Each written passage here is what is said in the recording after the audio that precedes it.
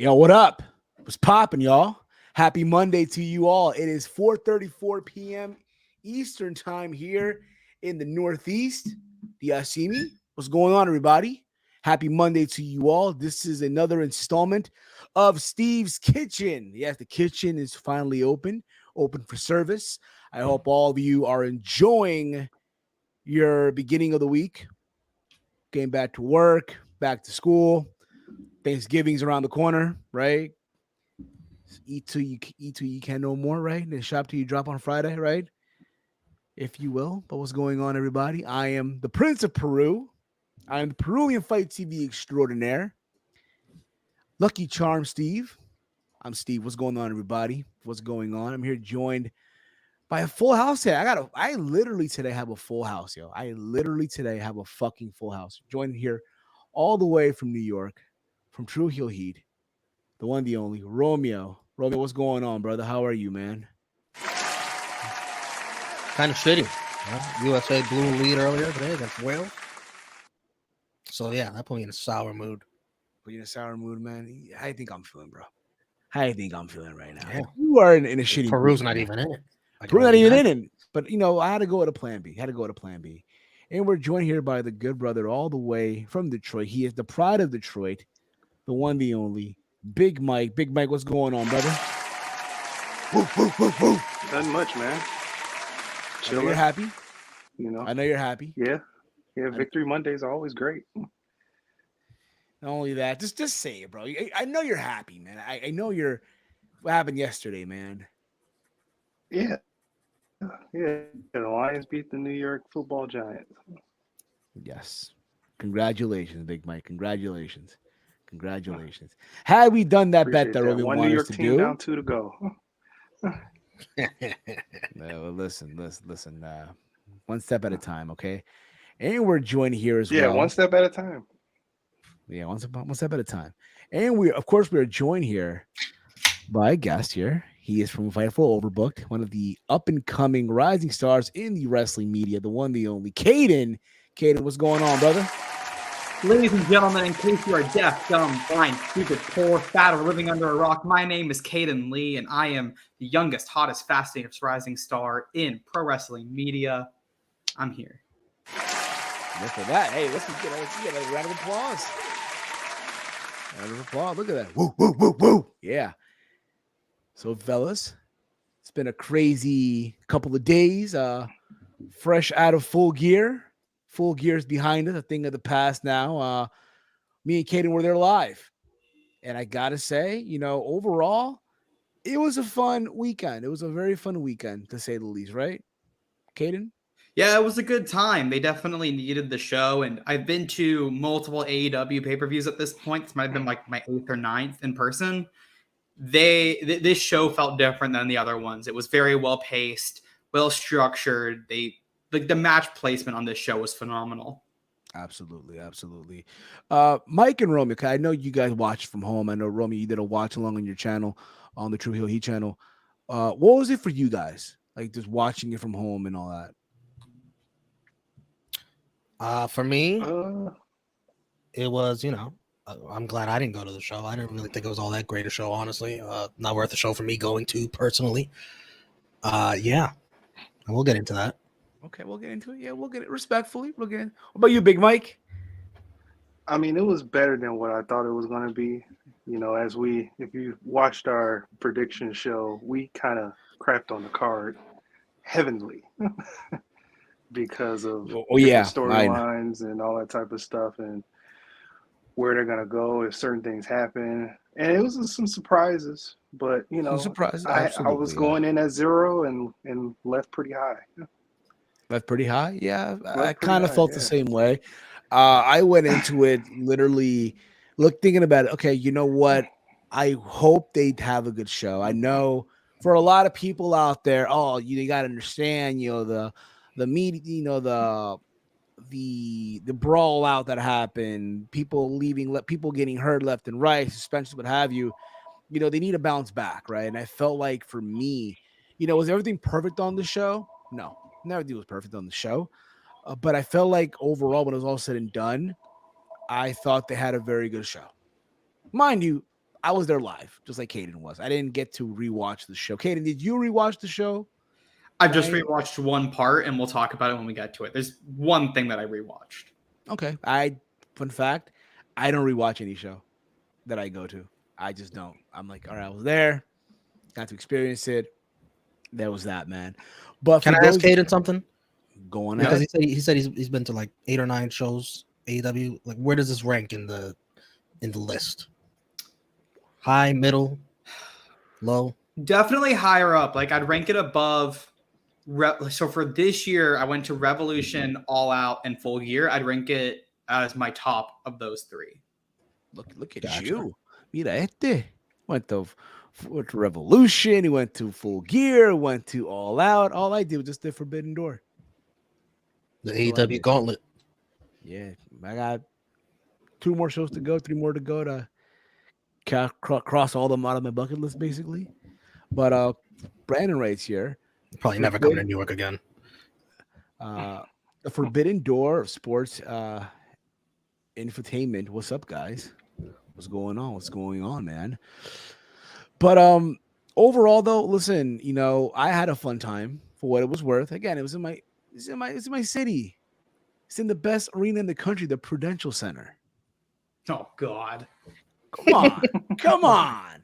God, Newark's a fucking shithole. Caden couldn't wait to get out of there. Caden could not wait to get out of there. So excited to go to the airport, and then you and the rest of the media could not wait to just get the fuck out of Newark, New Jersey. Should I pull up? Let me see if I can find the text that didn't hear what Denise Salcedo said, but she was like, "I think I'm gonna die." Wow. Damn. They were not that ready. Bad, huh? You got to understand, Newark is the hood. Newark, in general, is the hood. This isn't Hoffman Estate. This isn't Minneapolis. You know what I mean? This isn't Florida, per se, right? When you come to Newark, bro, it's the fucking hood. Factor in also, it's November, so it's cold as shit. So people were just already like, yo, just could not wait to get the fuck up out of there. Nobody was looking forward to going to New York. Anybody traveling in, like, this is not a friendly destination to visit for a pay-per-view. It should never be visited again, ever. It's not. To be fair, Dynamite, sure. Rampage, Dynamite, fine. I'm fine with Dynamite. But pay-per-view, I mean, eventually you had to come to the Northeast. Here's the thing about it. This week. You don't got to go there. You don't know. You don't have to go. You don't have to be cheap. This was a bad idea. I would have go to New York. Should have done it in UBS. There you go. Yeah, There's a lot less seats though. That's the problem. You gotta up the prices. Yeah, exactly. That's the thing. That's the thing too. So for me, originally, right, I was supposed to sit in section 2, row 20, seat number 22, some shit like that. I literally upgraded myself the day of the show. Was it worth it? For me, yeah, because I got like a better view. I sold my ticket for $100. I want to give a shout out to Lewis for basically taking my old ticket, basically. And I know he had a fun time too. He told me, "Yo, man, thank you. If not, I would have just been watching from home and shit." So no problem, brother. No problem. But other than that, I had a good view of the show. I saw a fight breakdown, and then the day before, I saw somebody hop over the cage. Literally. So in case you guys are wondering, basically what I'm talking about here. So I went to Rampage also. So did Caden. I thought Rampage for me, I'm not gonna to the rafters. No, it was just oof. It felt like I was at a TNA house show in 2013, bro. That's what it felt like. It was a really bad taping of Dark. And again, it's not their fault, really. It wasn't really their fault. It's just the fact. Well, you know what? I think that it kind of was. It was. No, they've when they've been doing those live rampages a lot recently. So they've been doing the tapings of Dark there, and those Darks have been really good. Like Dark's been really good for the last month and a half, 2 months, and this was just a shitter. There was nothing good. So for those of you that are wondering what I'm referring to, this happened at Rampage. Let me just share my screen here, just you guys can get you wondering, because I know a lot of y'all, what the hell am I doing here? For a second there, I thought StreamYard completely just updated everything. Here we go. This is my Twitter, right? Boom. Look at this. You guys hear that, right? You guys hear it? Yeah. I saw this all happening too. Immediately gets caught by security. Literally caught. And he kept trying to go too, and they're like, no, you're getting out of here. And I felt bad for his girlfriend, yo. His girlfriend was there too. Well, it's probably ex-girlfriend now. Nah, so when that happened, like she's sitting behind us, right? And again, I'm just asking these questions because because I don't know. Maybe there are a lot of folks who went to Rampage, just went to Rampage. They didn't go to Full Gear. So I'm like, what? Yeah. Like the people I was sitting next to who smelled like ass, literally, bro, just smelled like, ugh. You know what I mean? It's a wrestling fan smelling like ass is nothing new. Yeah, but still, though, it's the Freakazoids. The Freakazoids. As you can see, they got the plates being cleaned right now for service. Working around the clock. Working around the clock. Steve's kitchen. It really is Steve's kitchen. Though. Thanks for the background noise. Appreciate that. So I felt so. I started talking to the girl, like, where you guys coming from? What have you? What's your phone number? Nah. I respect people that are in relationships. Okay, I'm not one of these guys. Hey, yo, mine. It's Mr. Steal Your Girl. Now, had this been 10 years ago, maybe 10 years ago, back in your playing days, back in my, back in my hit it and run type of days, So when you were 22, back in my 20s, yeah, I would have. Back in those days, You want to just go somewhere? You want to just go somewhere? Want to go get a beer or something? And So, we're from Jersey City. We're supposed to come tomorrow. I don't know now. And next thing you know, she gets a call from the boyfriend to come, I guess, bail him out, whatever. And jail. So I don't know what happened. So because I never did anything like that. So usually when that happens, luckily, they just get, they get held until cops show up, whatever, and then they get booted out. Never saw them again. Here, if that were to happen here, they go to jail. You go to jail if you do that here. I believe it. Spend a night in city. Chief in the chat. Happy Monday, guys. A lot of work not getting done today. The World Cup has taken over. Yeah, don't get me started, bro. Yesterday, Ecuador beat Qatar, right? Qatar. I'm sorry, Katie. Qatar. Qatar, right? 2-0, could have been 3-0, right? Ecuador felt like Germany out there. Qatar was just afraid to play soccer, even though they're hosting the World Cup. They did history, being the first team to host the World Cup to lose in their opening game. It's embarrassing, yeah. Today, England mollywopped Iran 6-2. That's what I'm hoping U.S. does next Tuesday. And then Senegal and Netherlands at 2-0. Netherlands winning. Chase is happy for that. And then only moments ago, we're not talking about this. The U.S. blew it. I'm gonna just keep it 100. They blew a 1-0 lead. We don't even talk about this, Steve. And penalty kick. Yeah, they blew it though. They blew it though. They blew a 1-0 lead. I mean, that's why I don't like playing. Folks, where's the lie? That's why I don't like playing safe when you have a 1-0 lead. Like anything can happen. Like you gotta be on the gas. Try to make it 2-0. I hate that conservative shit. Yep. I guess all of us do in a way. But I thought overall, listen, had this to score another goal, secure the win. You know what I mean? And then that play happened. Garrett Bale scored the penalty kick. It is what it is, man. You wait 4 years for this tournament. In the U.S. case, 8 years because they weren't there 4 years ago. You gotta balls to the wall. Yeah, but Wales haven't been there in 64 years, bro. 64 years, bro. It's a whole nother generation. We weren't even around 64 years ago. Well, they're a pretty decent team. Yeah, at least got one guy. Yeah, they do. Now the U.S. plays England on Friday, so I'm looking forward to seeing. It's war again, yo. War games. War games pre-show. Yeah. basically. So that's the World Cup. I'm excited, even though Peru's not in it, which, what can you do, right? What can you do?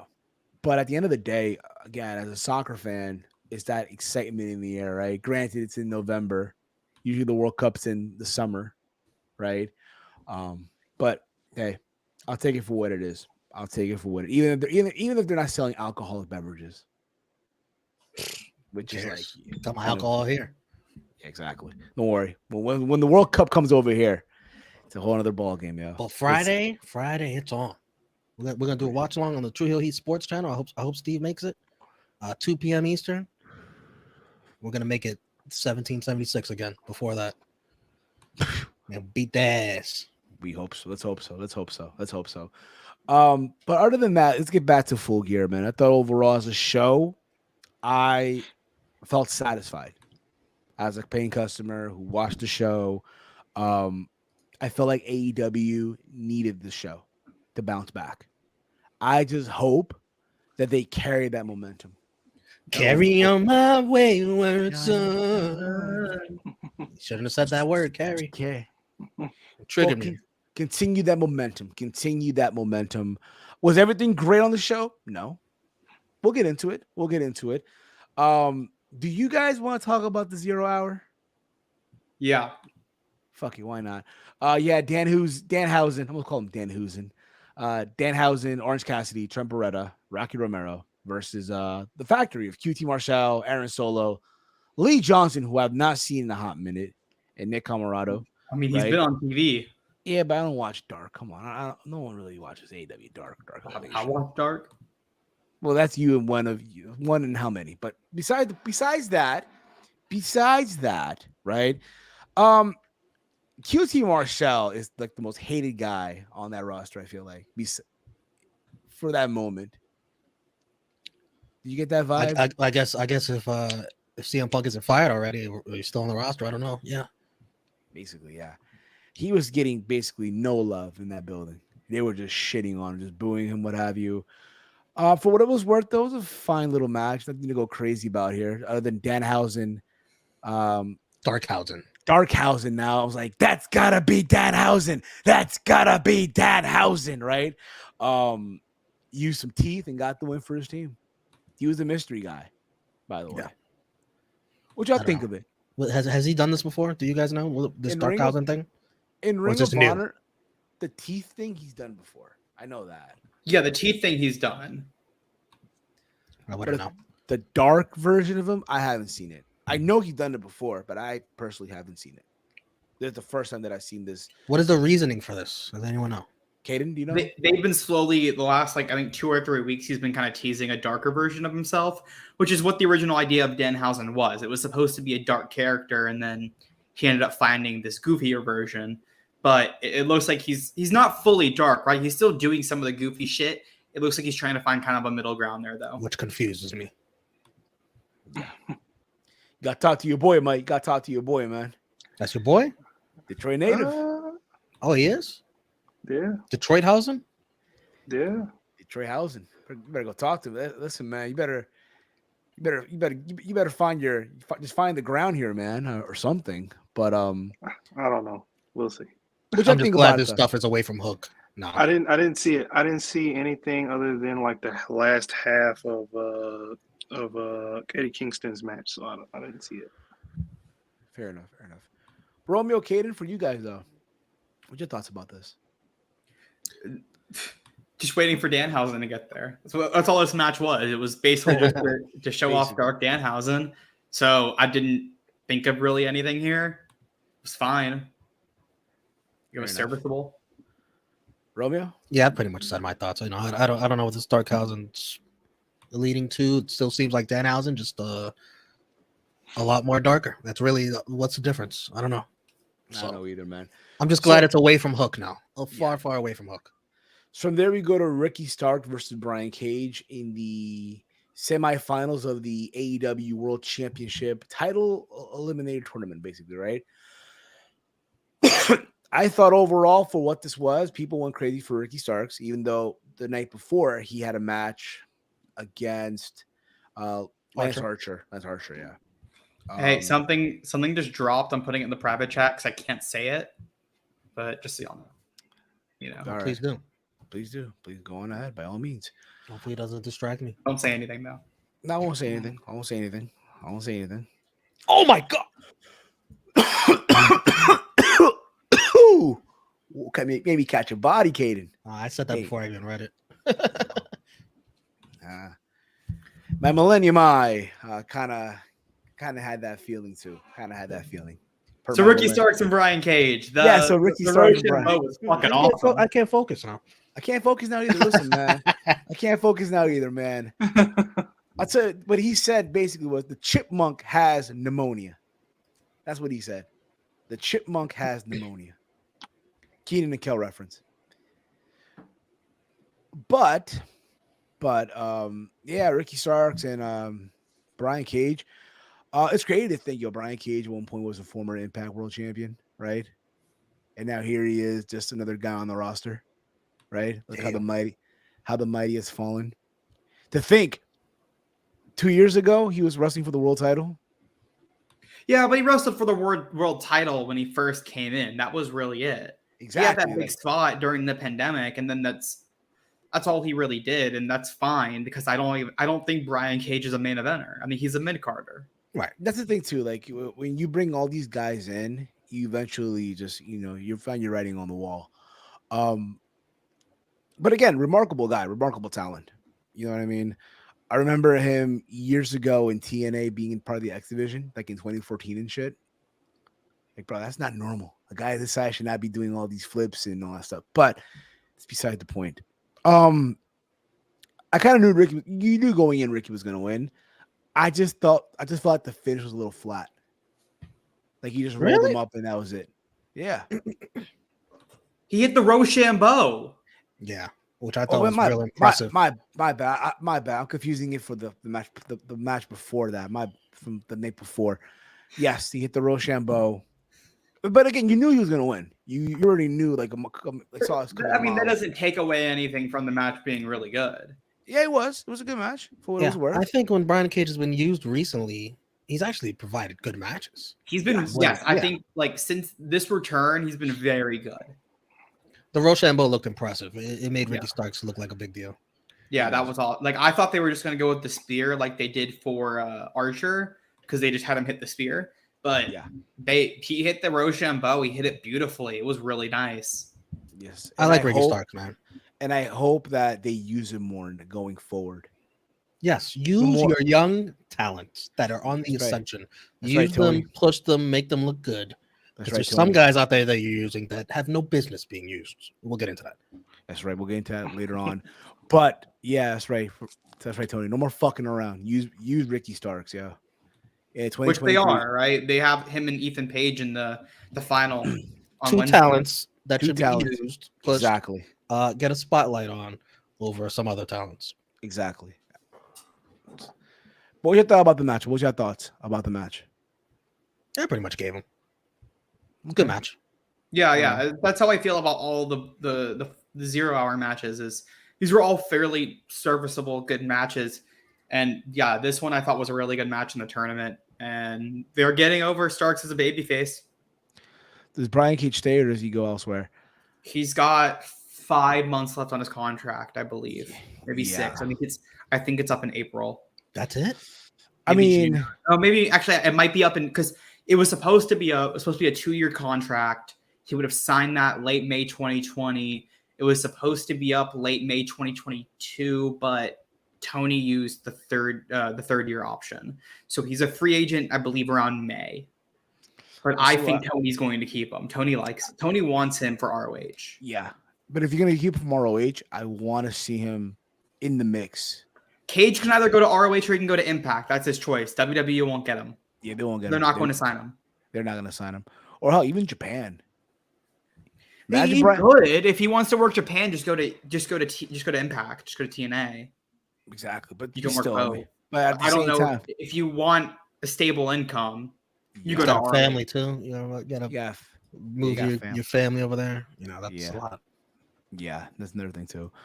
But for Ricky Starks, though, man, sky's the limit for that guy. Sky the limit. I think This Wednesday on Dynamite, they're gonna kill it. Him and Ethan Page, they're gonna go out there and kill it. Yeah, and the match he would have if he wins, the match he would have with MJF, that'd be fun. And you know what? They should have that match main event on Wednesday. You're talking about Page. That'll probably is going to main. That needs usually to be they do those types of matches to main. That needs to be the main event. That needs to be the main event. It's that or Elite and Death Triangle, and I think Elite and Death Triangle will open the show. That should open the show. That should open the show, which we'll get into also that momentarily as well. If Vince was still there, he would try to sign him. I don't know about that. But let's move on. Let's move on here. Okay, let's move on. From there, we go to Eddie Kingston versus Jun Akiyama. This was Eddie Kingston's dream match, right? That he's wanted for a long time. Tony finally got it for him. I know the night before there was a tag team match, him and Ortiz versus Akiyama and Takeshita, right? And Eddie Kingston basically demanded for him to give him the match, and Tony's 0 hour, right? So coked up to the gills. He was coked up on Friday. Let me tell you. Oh, he was fired up. He was on the cocoa. But I thought for what this match was, I loved it. More than anything, for the post match. I agree. This was awesome. Yeah. Because Eddie got what he wanted. Now, granted, Eddie could have asked for a world title match. He could have asked for a raise. He asked for his dream match that he wanted for a long time. And he got emotional. And you can feel that. You know what I mean? But Eddie Kingston got the win, and I loved the post-match. Like, he put Akiyama over, but also he's basically promoting the show. Like, just order the damn pay-per-view. That was funny. That was funny as shit. Honestly, if we can get more of that, if we can just get Eddie Kingston promoting the show, like Doc Henderson did back in the day, if you remember if you know what I'm talking about here. And that's funny. They told him to wrap it up. Wrap it up. Right. Nah. Yeah. But you get what I'm saying. Big Mike, did you watch that match? I watched half of it because that's when I joined to watch along on Tru Heel Heat. It was decent. It was decent for what I saw. A lot of chops. Glad he got his dream match. After watching Eddie Kingston at Blood and Guts, he's grown on me a little bit. So what he did in the match was pretty cool. So hats off to him. What about you, Caden? Yeah, they beat the fuck out of each other in this match. Like, this was brutal. This was emotional. This was Eddie's moment. And more than anything, the reason why this stood out was because of how happy Eddie was to have the match and getting bowed by Akiyama bowing down to Eddie. You could just see that made his life. This was a guy who he used as a mentor. He watched his footage and he was somebody that he wanted to be while wrestling. And Eddie's talked about this. A guy like him and Inoki and Baba, those are all guys who were inspirations to Eddie. So it was a really good moment for him more than anything. That's what made this match for me, is you have that emotion. You could feel the emotion in the atmosphere. You could feel everybody there knowing the story of this, having 15,000 or 15,000 people in that venue, all knowing. Let's say 15,000, okay? This is my arena, 15,000. 15,000 people in there, all knowing how emotional it was. You could just feel it in the atmosphere. Exactly. And I want more of that. Yeah, this was a special match to be there for in person. I think if you're watching on YouTube, it doesn't come across as important as it was and as emotional as it was. Truly an experience. I ain't gonna hold you guys. I got a little teary-eyed a little bit. Mm-hmm. I got a little teary-eyed. Yeah, like, yeah, man. It's like, you know what it's like? It's like watching your uncle finally get his. You know what I mean? His just dues finally, in a way. Like, good for him. Like, you know what I mean? Good for him. From there, we go on to the main card. The main card. We started off with the steel cage match. Jungle Boy Jack Perry versus Luchasaurus. I felt like this was the best way you could have opened the show. Mm-hmm. This is probably the best opener to an AEW pay-per-view, I want to say, since MJF and Darby from Full Gear like 2 years ago. I really love that match. Fucking awesome match. I remember that one. That was good. You Good know, shit. Yeah, that was Full Gear 2021. My bad. A year ago. I'm sorry. I apologize. A year ago.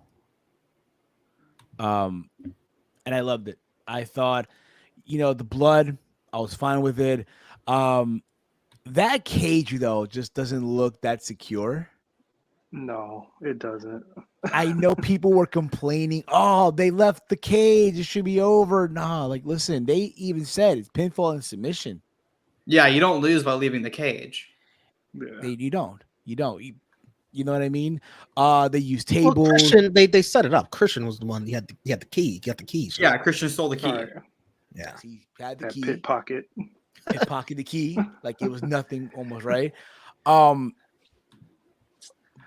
everything about this is just fucking amazing, bro. Jungle Boy got his win finally, right? That was also fucking amazing. He did the fucking the elbow off the top of the cage. Mhm. Look nice. Looks fucking beautiful. Very Shawn Michaels like. For a second there, I thought he was gonna go for the splash like Jimmy Snuka. That's what I thought at first. Like, okay, you know what I mean? But all that, he made the big guy tap out. Yeah. Yep. And everybody was happy. Even Jungle Boy's mom. I think his sister. Yep. It was his mom and his sister. Yep. Yes. They were there. So that was good to see also. Where do they go from here? I think Christian is still recovering, obviously. I would say him and Christian, because I feel you got to close that eventually, right? You have to close that program. Yeah, but for me, it's like They got a while. Christian's out for a Yeah. long time. that's the problem. Like, how do you Just keep don't stretching this out while he's hurt?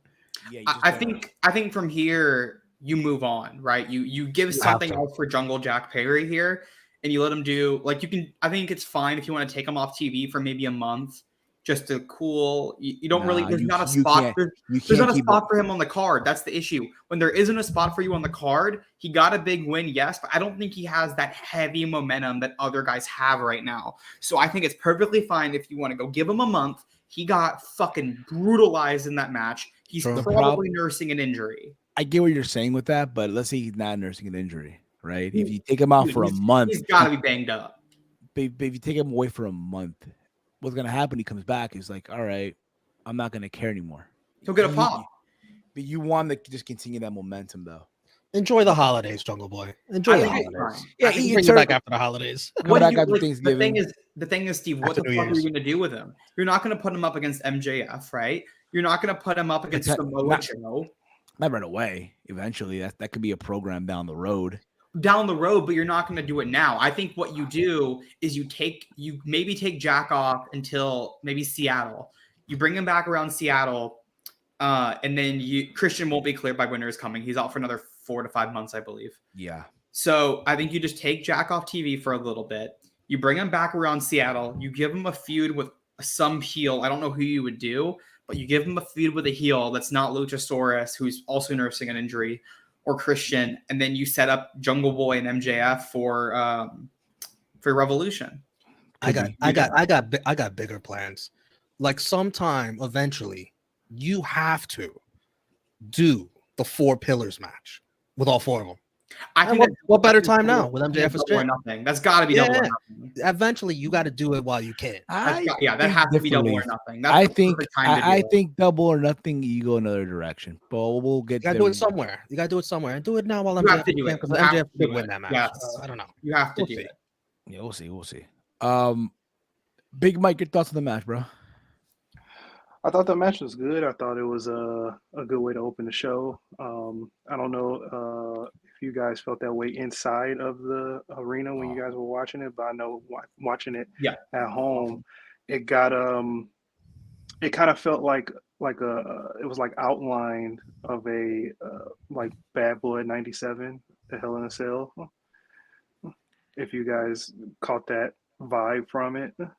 From because Jungle Boy's attire. Jungle Boy just reminded me of Shawn Michaels, especially with that elbow drop. Yes.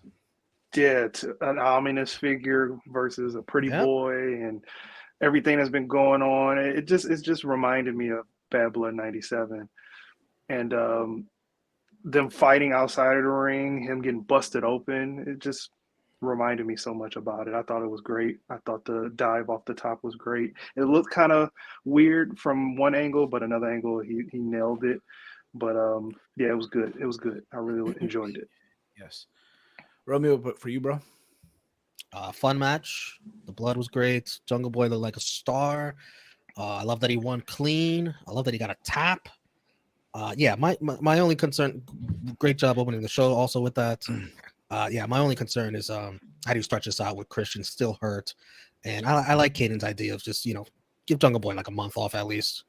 And then I don't know. Fair enough. It'll be interesting to see how they go back to that. But no, this Fair was enough. well done. This was good booking, Tony. Fair enough. Caden, what about you, brother? Yeah, this match was an awesome opener. It was perfect. A lot of the AEW shows, it's weird. Like the opener that they pick is almost always like, oh, I didn't expect them to pick this, but I'm okay with it. All except like I did not like that ladder match from All Out. But every other opener, right? Double or Nothing had Warlow and MJF, good one there, and Revolution was Eddie Kingston and Jericho, perfect opener too. I thought this was a perfect place to put it, to get your cage match out of the way, open up with some emotion, get heat behind Jungle Boy and Luchasaurus, especially considering with how dragged out this feud has been the last few months. There is a bit of a worry of, okay, is this match going to get the reactions? So when you do it first, you don't have to worry about that. It's perfect.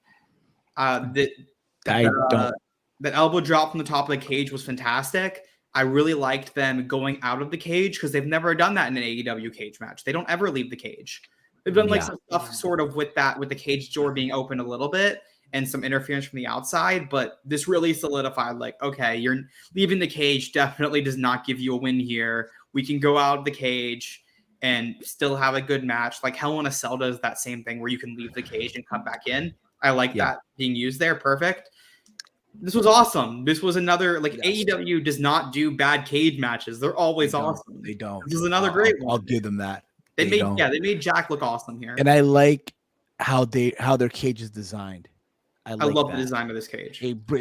What I would love him to do though, and people will say, "Oh, they're copying Hell in a Cell," like the old WCW steel cages, which was basically like a Hell in a Cell. I got a question for y'all.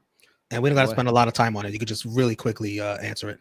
Go ahead. How would you rank the 4 pillars right now as far as how they're being booked? 1, 2, 3, 4. So the 4 that being MJF, Sammy, Darby, Jungle Boy. I would say Darby's at the bottom because he's still with Sting, right? Mm-hmm. I'll put Sammy third. Sammy third, even though he should be last, but it is what it is, right? I have Sammy last. Fair enough. I would say Jungle Boy is second, and then number 1 obviously is the champ. Yeah, I agree with that. I agree with all of that, except I would just put Sammy. I would put Sammy at 4 because he's lost the crowd.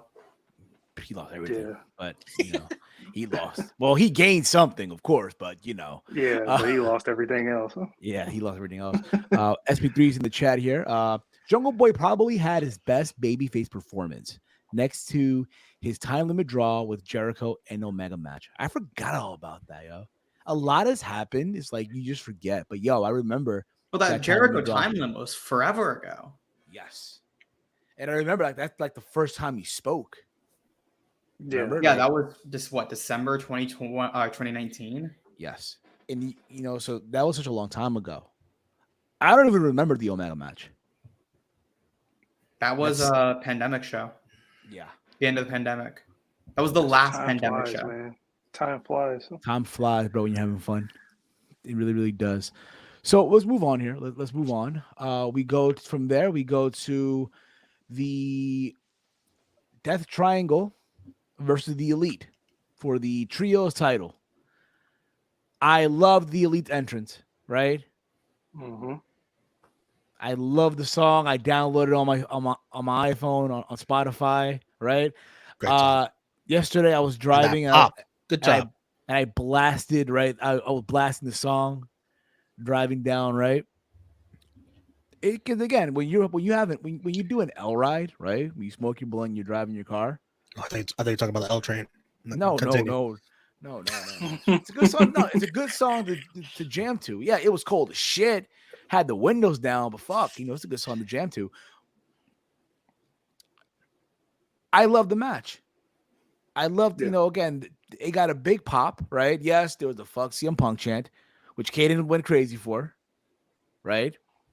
Can I just say something about that chant? Go ahead, brother. Fuck Punk is better rhythmically.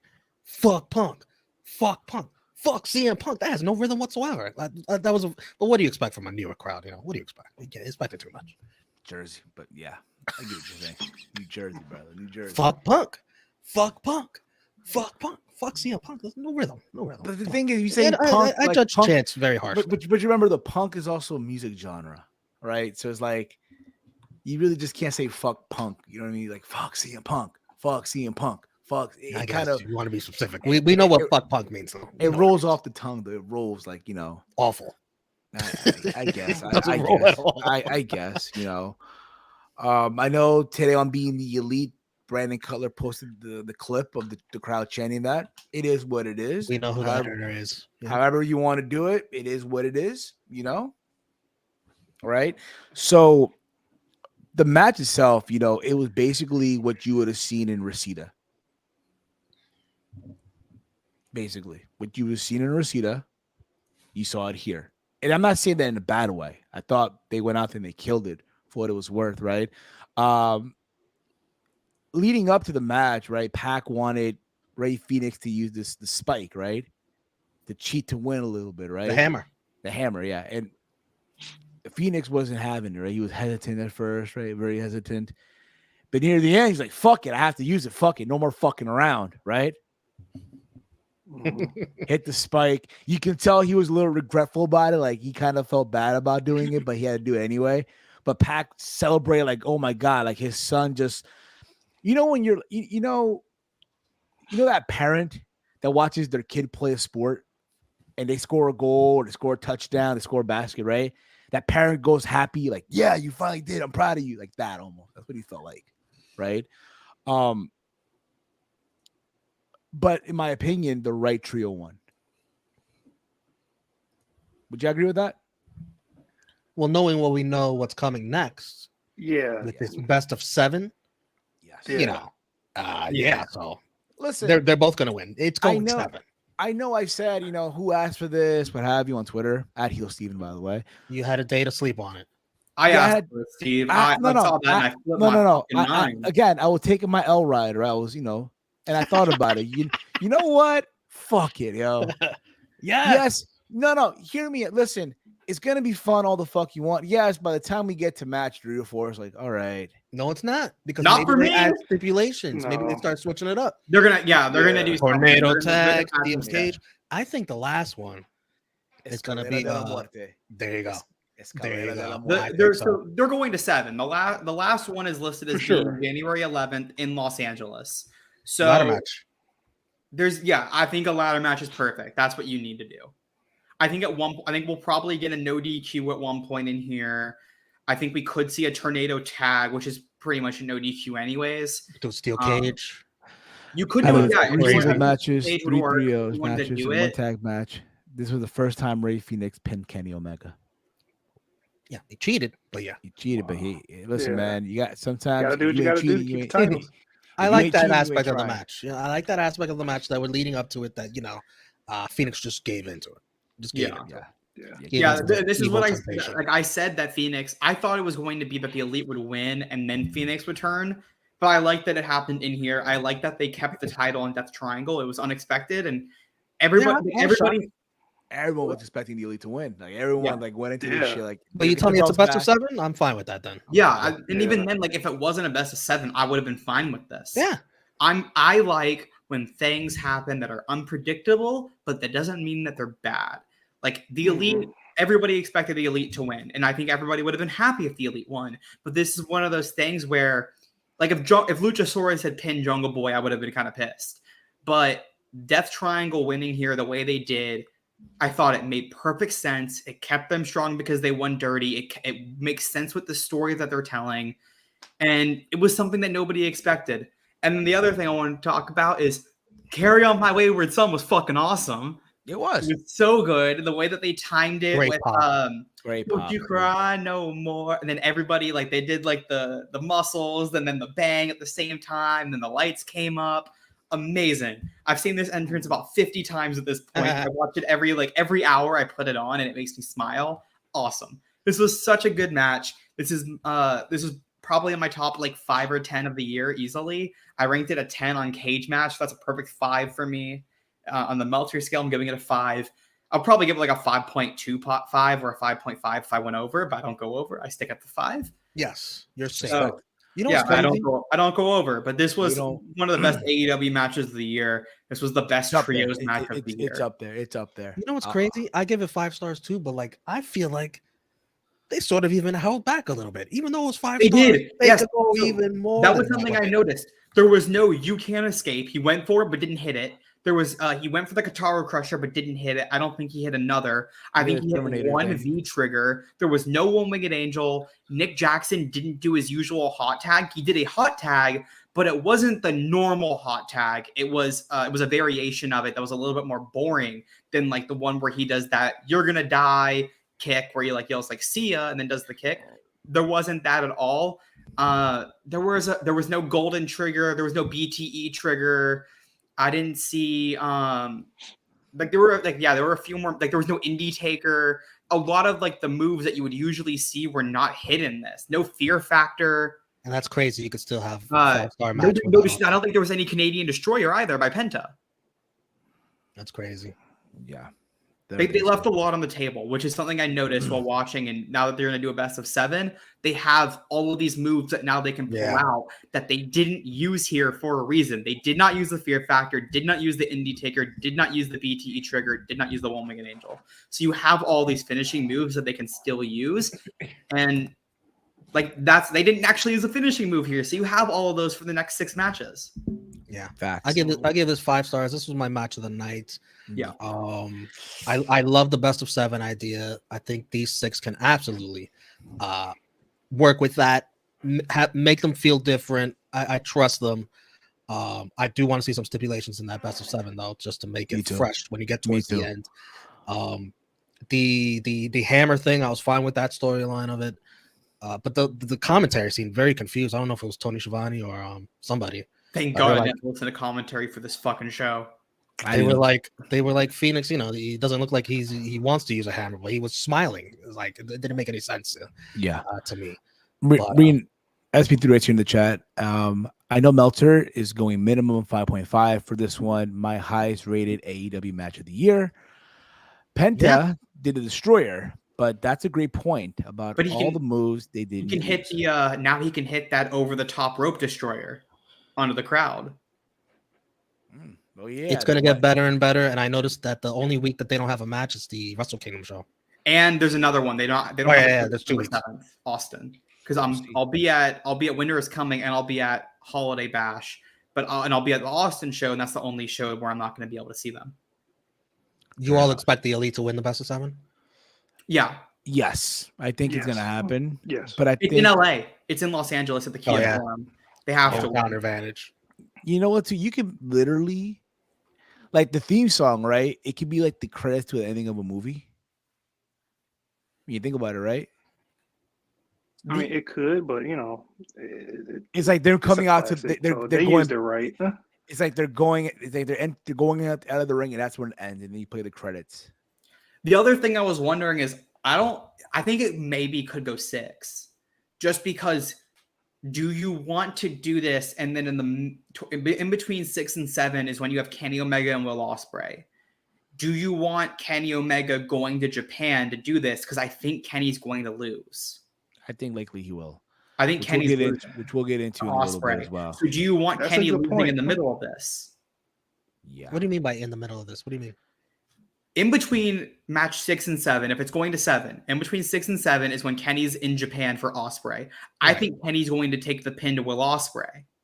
Well, he could be protected because we don't know what you said. Match 6 is the before that. Match 6 is the week right. There might be some wild ass stipulation match where he just gets absolutely destroyed. There's definitely there's options you could have there. And yeah, that makes sense because would you want one of your champions being pinned at Wrestle Kingdom?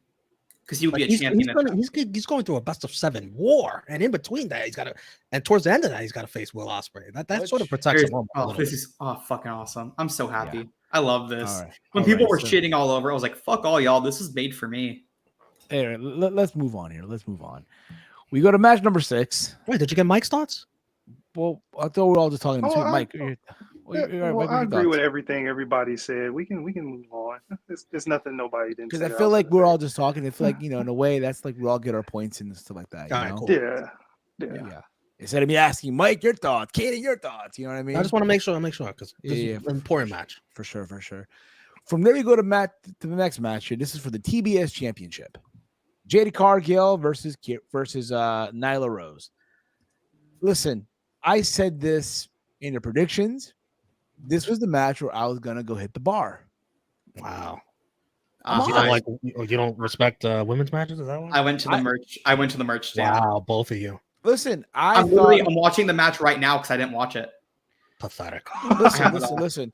So I was going to, but I sat because that's why everyone's just getting up from their seats. I'm like, everybody got up. It was a flood of people. Pathetic.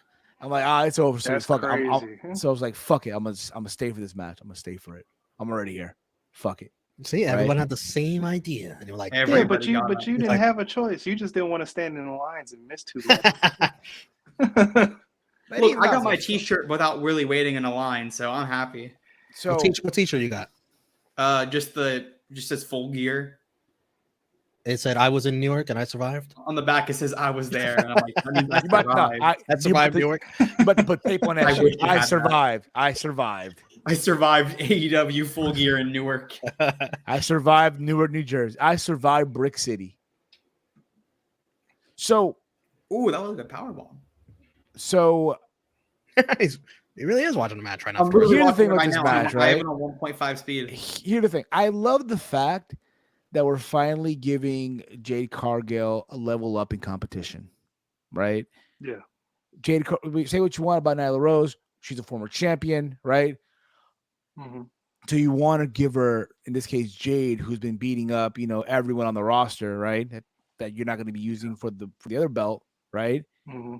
You want to give her that level of competition, which I was happy for.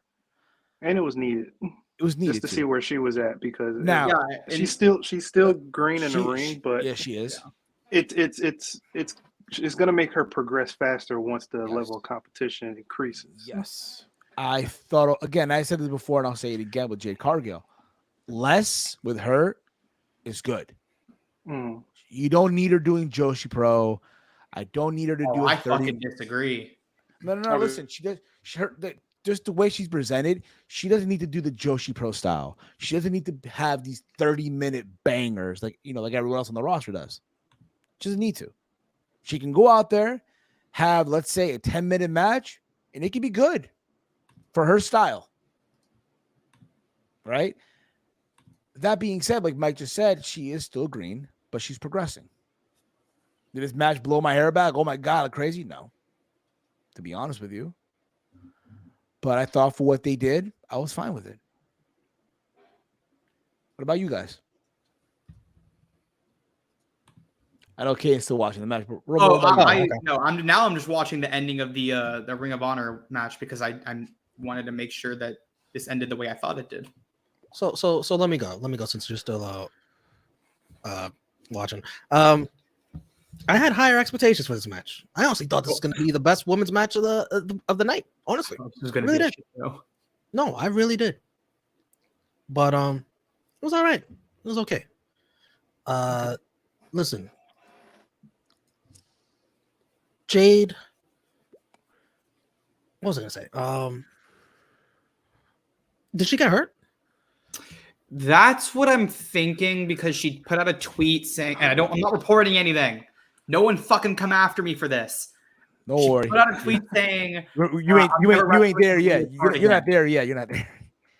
Oh, I've already gotten fucking buried for things like this before. So I have to specifically say I don't know shit. But she put out a tweet that said, "I'm never wrestling in leotard again." And Steve told me that there was a rumor that someone got injured in the match. Well, it's funny you say that because what you know what? Look, I'm hardcore, right? I consider myself a little hardcore here. Peeper Twitter. Per Brian Alvarez, he believes there may have been an injury during the match between Jade Cargill and Nyla Rose. This was not confirmed by AEW. So she writes here on Twitter, right? No more wrestling in leotards for me. But then the tweet above is the laughing emoji. So Can you click on that picture below that, or any of them, or both? Please do. The picture, the only pictures that are on screen. Spirits to be high. Yeah. Oh, that one right there. Yeah. Sucios, man. Sucios, Okay. man. Got Be, myself back. gentlemen, behave. We're Come good on. over here, love. Well, that sounds positive. We're good over here. Got my Sounds belt back. positive. We're good over here. This is on the 20th. This was literally today at 2:37 p.m. By the way, loved Nyla's entrance. with Me the, too. I love the beautiful. tribute to Eddie Guerrero. Beautiful. Well, she's a heel. Well, I know Eddie was a heel too. Wait. This whole storyline never made any sense from the beginning. Like, what are we No. supposed to root for? Who are we But supposed to root for? Whatever. If anything positive about it, I love Nyla's entrance with the low rider. And Vicky wearing was that On your Rhea mom. Ripley's shirt? I It had to think be so. It Rhea was. Ripley's It had shirt. to It be. looked like Rhea Ripley's shirt. Season desist. So there you go. Yeah. AEW. If Vince was around, it would have happened. But Triple H It was knows. cool, though. But Paul knows the vibe. Like he gets it. Yeah, that's what I'm saying. Yeah, Paul knows. Remember that question for Paul next time you have him on the show. Well, no, for sure. I'll ask Paul when he comes. Even though he called us dweebs. Remember, Mike? He called us dweebs the other Yeah, day. he called us dweebs. I'm not a dweeb, Paul. Damn. I don't want to have to hack into your system or something. Listen, man. Listen. We think this feud is over with Jade and Nyla? I would hope so.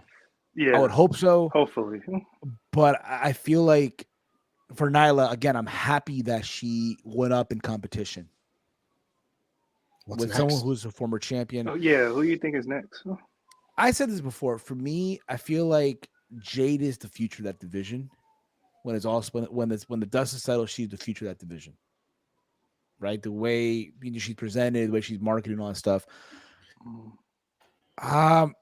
Had she not won, I would have said Jamie Hayter. Right? I would have said Jamie Hayter. But I feel like they're waiting on Chris Statlander to come back from injury and have her be the one to, end the she streak. shouldn't be the one. That's She long. shouldn't be the That's a, one. Because from my understanding, now, Caden, How I could be long- wrong on this. Caden, I could be wrong on this, right, Caden? Wasn't she originally supposed to be the person to end the streak? Who? Chris Statlander. We don't know. I sure hope not. I don't see that. actually think that was the plan. There you go. Because Statlander before she went out was extremely red hot. So I think that plan was, I think it was going to be Athena. Athena didn't get over as they thought she would, and it was Chris who was actually way more over. And I think that they were going to go with Statlander by probably right now. I think that was going to be Statlander at Full Gear. It's heel versus heel, so I think they did a good job of presenting two characters that fans could get behind. I agree as well. I mean, I'll get behind Jade just by default, but the I'm story was second that done. motion. I third that. You know what? I don't have the clip, but you know what? What is the club? Daniel Reunited. Garcia. Oh, then I am too. Then I am too. Yeah. That's a must clip to have, man. I know. Wait. Keep the So- streak going. I don't the think streak any of the going. names you've mentioned are worthy. Will What be a the big fuck deal. is this fucker tweeting? Will be That's a big what's up, deal though. beating Jade. None. That's what's up, yo. Royal Rumble made a $5 million gig. Good for I them. want to see Jade beat the shit out of Saraya. That'd be awesome. Jade and Saraya. Yeah. I prefer doing Jade and Saraya before you do Saraya and Tony or Saraya and Hayter. This match, I just watched the match. It was good. It was fine. I think it was a little better than what people are saying. It was just a big beefy women beat the fuck out of each other match. We're talking Like about this was Oh yeah. this to Talking me about was Jade and no Nyla? different than the Yeah, three-way. yeah, Jay Nyla, yeah. okay. Yeah, this to me was no different than the three-way between for the TNT title. It felt very similar, just with women. So I think that people might like it's got a sub 4 on Cage Match, and I'm like it's a little shittier than you probably should be raking it. I actually liked that more than I liked the Saraya Britt Baker match. Do you do Jade For Storm? sure. Yeah, down the road eventually. You do who? Jade and Jade. Tony? I Eventually think down Jade the and road. Tony you do down the road. Yeah, this was interesting because I think Jade worked as the face in this. So if you are starting to turn Jade a little bit face, which it seems like they might be doing, that gives her a whole can't, other set of though. people to face. Because the streak needs to be ended by a baby face. But You do it with a heel? I think you can turn Jade babyface for a month or two as a tweener, right? You can make her a tweener and have her face some heels, and then you can sort of shift her back to being a heel for, I think, Willow. I think Willow is who takes the belt off of her. So I think if you you right now, you don't have anybody else for her to face. There is nobody else on this roster. So if you at least turn her at least somewhat babyface, but you still keep her kind of in that tweener position, you have some other people she can go to, right? Like they just turned Athena heel. You can run back the Athena match. That's fine. That works. It's serviceable. You can do Serena Deep. They haven't done that yet. You can There's do somebody out there. There's you can somebody go out back- there. You Do can you go have back your to biggest match? You know what your Ranallo. biggest match for Jade is right now? Britt Who? Baker. Yeah, you can do Yeah. Britt Baker. Yes. And Britt's a heel. You would need Jade to be somewhat a face for that. So I think that you have right now until they're ready to pull the trigger on Willow, which I don't think is right now. I think you maybe Right, make you her gotta a go face for a few months, but you don't make her a baby face. You make her like a face tweener. Willow's a agree. good name because you could build her Willow's up a and good name fans too, will yeah. get behind her. Willow's Yeah, a and good they're- name. Rampage, they started to build Willow and Athena. Yeah. Or not Willow and Athena. Willow did something. No, Willow did something during Dark. They're doing Mercedes and Athena, and I think once you do that, then you do Willow. Well, And you know, you can do also do a tournament. And I know we just got off a tournament already. they We're probably seeing- will soon. They we're have to do seeing- another women's We're, tournament. we're seeing tournaments in wrestling already. Well, the all women over are the place. due one. Yeah. They haven't had a But the- women's tournament in But a year. the women Time that for you're another not, women's the tournament. women that you really aren't focusing that much on, right? That wrestle on Dark Elevation, Dark Rampage, what have you. The winner gets a shot at Jade Cargill, and I think Fucking- from there you can do Willow Nightingale. Sure. You know what I mean? That's just my take on it. But I don't have a problem with but overall, I thought for a match, you know, I was fine with it. Right. But again, with Jade, I'm liking her progression. Britt Baker is not beating Jade. Like Tony likes Britt, but he's not gonna fucking book that. No. Don't. If Tony loved Britt that much, he would book Britt. He would have booked Britt to beat Saraya. And to be Britt, fair, whoever's let's be fucking honest, saying that, it's Tony stupid. Tony knows what's up. Tony knows where the money is down No. the road Tony would have done it already. with Jade Cargill. Even which we'll get into more in a little bit. Okay, we'll get more. With Yeah, Jade in yeah. a When we little get bit. to when we get to Whoa, the, whoa, whoa, whoa, whoa, we whoa, got, whoa, it's whoa. got 2 more other women's matches. Yeah, we'll get into all that stuff and what happened with her, I guess, the next day after. From there, we go to the Fatal 4-Way for the Ring of Honor World Championship. Chris stole the night Jericho, for me. Chris Jericho defending against Bryan Danielson, Claudio Castagnoli, and Sammy Guevara. Yeah, this was fucking awesome. This was a fun match. This was a fucking fun match, yo. I did not sing Judas. Nope, I did not sing Judas at all. Good. You don't have to. You I don't have didn't to be sing forced. Judas. to Oh no, sing I it. did sing Judas. I did. Sing Judas. Oh, you I did. gave in. You gave in. I, I no, belted it. you know I what, usually though? don't, but I was having fun. But you know what? You were honest, though, bro. You were honest about it, and I can respect that. You know what I mean? This was my reaction while it was going down. This was my fucking reaction while it was fucking going down. I shit you not. I had posted on my Twitter, but I'll share with you guys as well, if that's okay. People were singing it, right? I was just nope. Now what? No, we Proud of ain't you. doing. Proud of you. Proud of you. Nope, we ain't doing it. We ain't doing it. We ain't doing it. Nope. Nah, Look at the fam. crowd. Look at the crowd. They're not even all that into it, really. They're just like going through the motions. You They're know not what even it that is into too, bro? Like you see all these shows, like people do it all the time.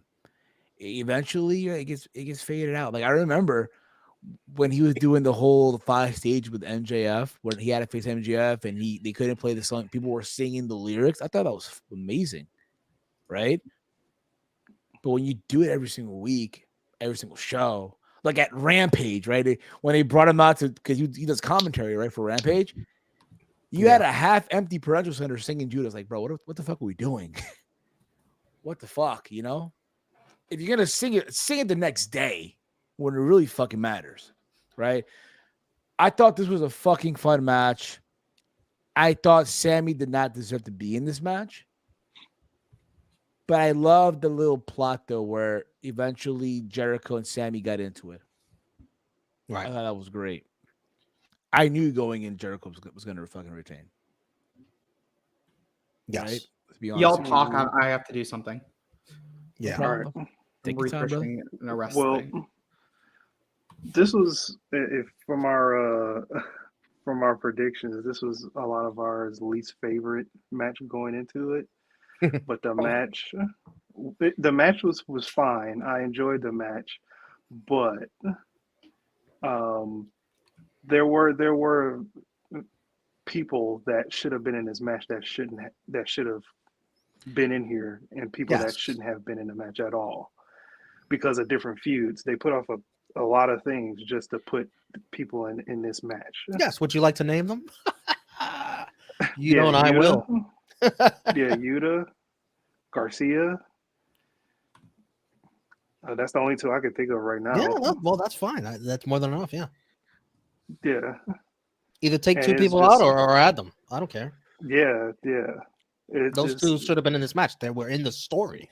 Yeah. Yeah. Crucial part of the story. Yeah. They were. They And absolutely they were. were doing nothing. Nope. They were catering probably. They were eating, probably, drinking their water, eating catering, chicken breast. And this was a good match. It exceeded my expectations. It really I like how they did. took their time. You have all these veterans. They're gonna take their time, get all the time they need, they want. So This was, I believe it was either the longest or second. It was the second longest match on the show, only behind the main event by 2 minutes. Right. Or not even that. It was by about a minute and a half. right. Mm. Yeah, but like Mike said, Yuta and Garcia are in the story yet we're missing here. So good match, but what are we gonna like? I don't want to see fucking Jericho Bryan still continue this shit, but whatever. What's next? What are we doing? Well, this Wednesday, Jericho is facing Tomohiro Ishii. Right. Considering that Easy Tomohiro win. Ishii is a former television champion in Ring of Or Ring Honor. of Honor television champion. Yes. Yes. And that guy can still fucking go. That guy can still fucking go. If you were to describe a gangster from Japan, it's Tomohiro Ishii. This Wednesday in Chicago, right? He's in Chicago, It's in Chicago. Yes. They don't get enough shows. which makes you think, what the crowd going to be like when the Elite show up. Well, that is very interesting. Yeah. What do you guys think? Oof. What do you I'm guys so- think? It'll be fickle. I'm interested. I'm interested because this is Punk's hometown, right? In Chicago. I wonder. Fuck the Young Bucks. Fuck if the Young they- Bucks. If they Fuck chant the fuck Bucks. CM Punk, Fuck the. if they chant fuck CM Punk, then No, they're not. They're not doing No, that. there's Chicago- no chance in hell. I You don't. understand. I am very intrigued. You got to understand, bro. CM Punk in Chicago is Fuck like the Elite. Fuck the Elite.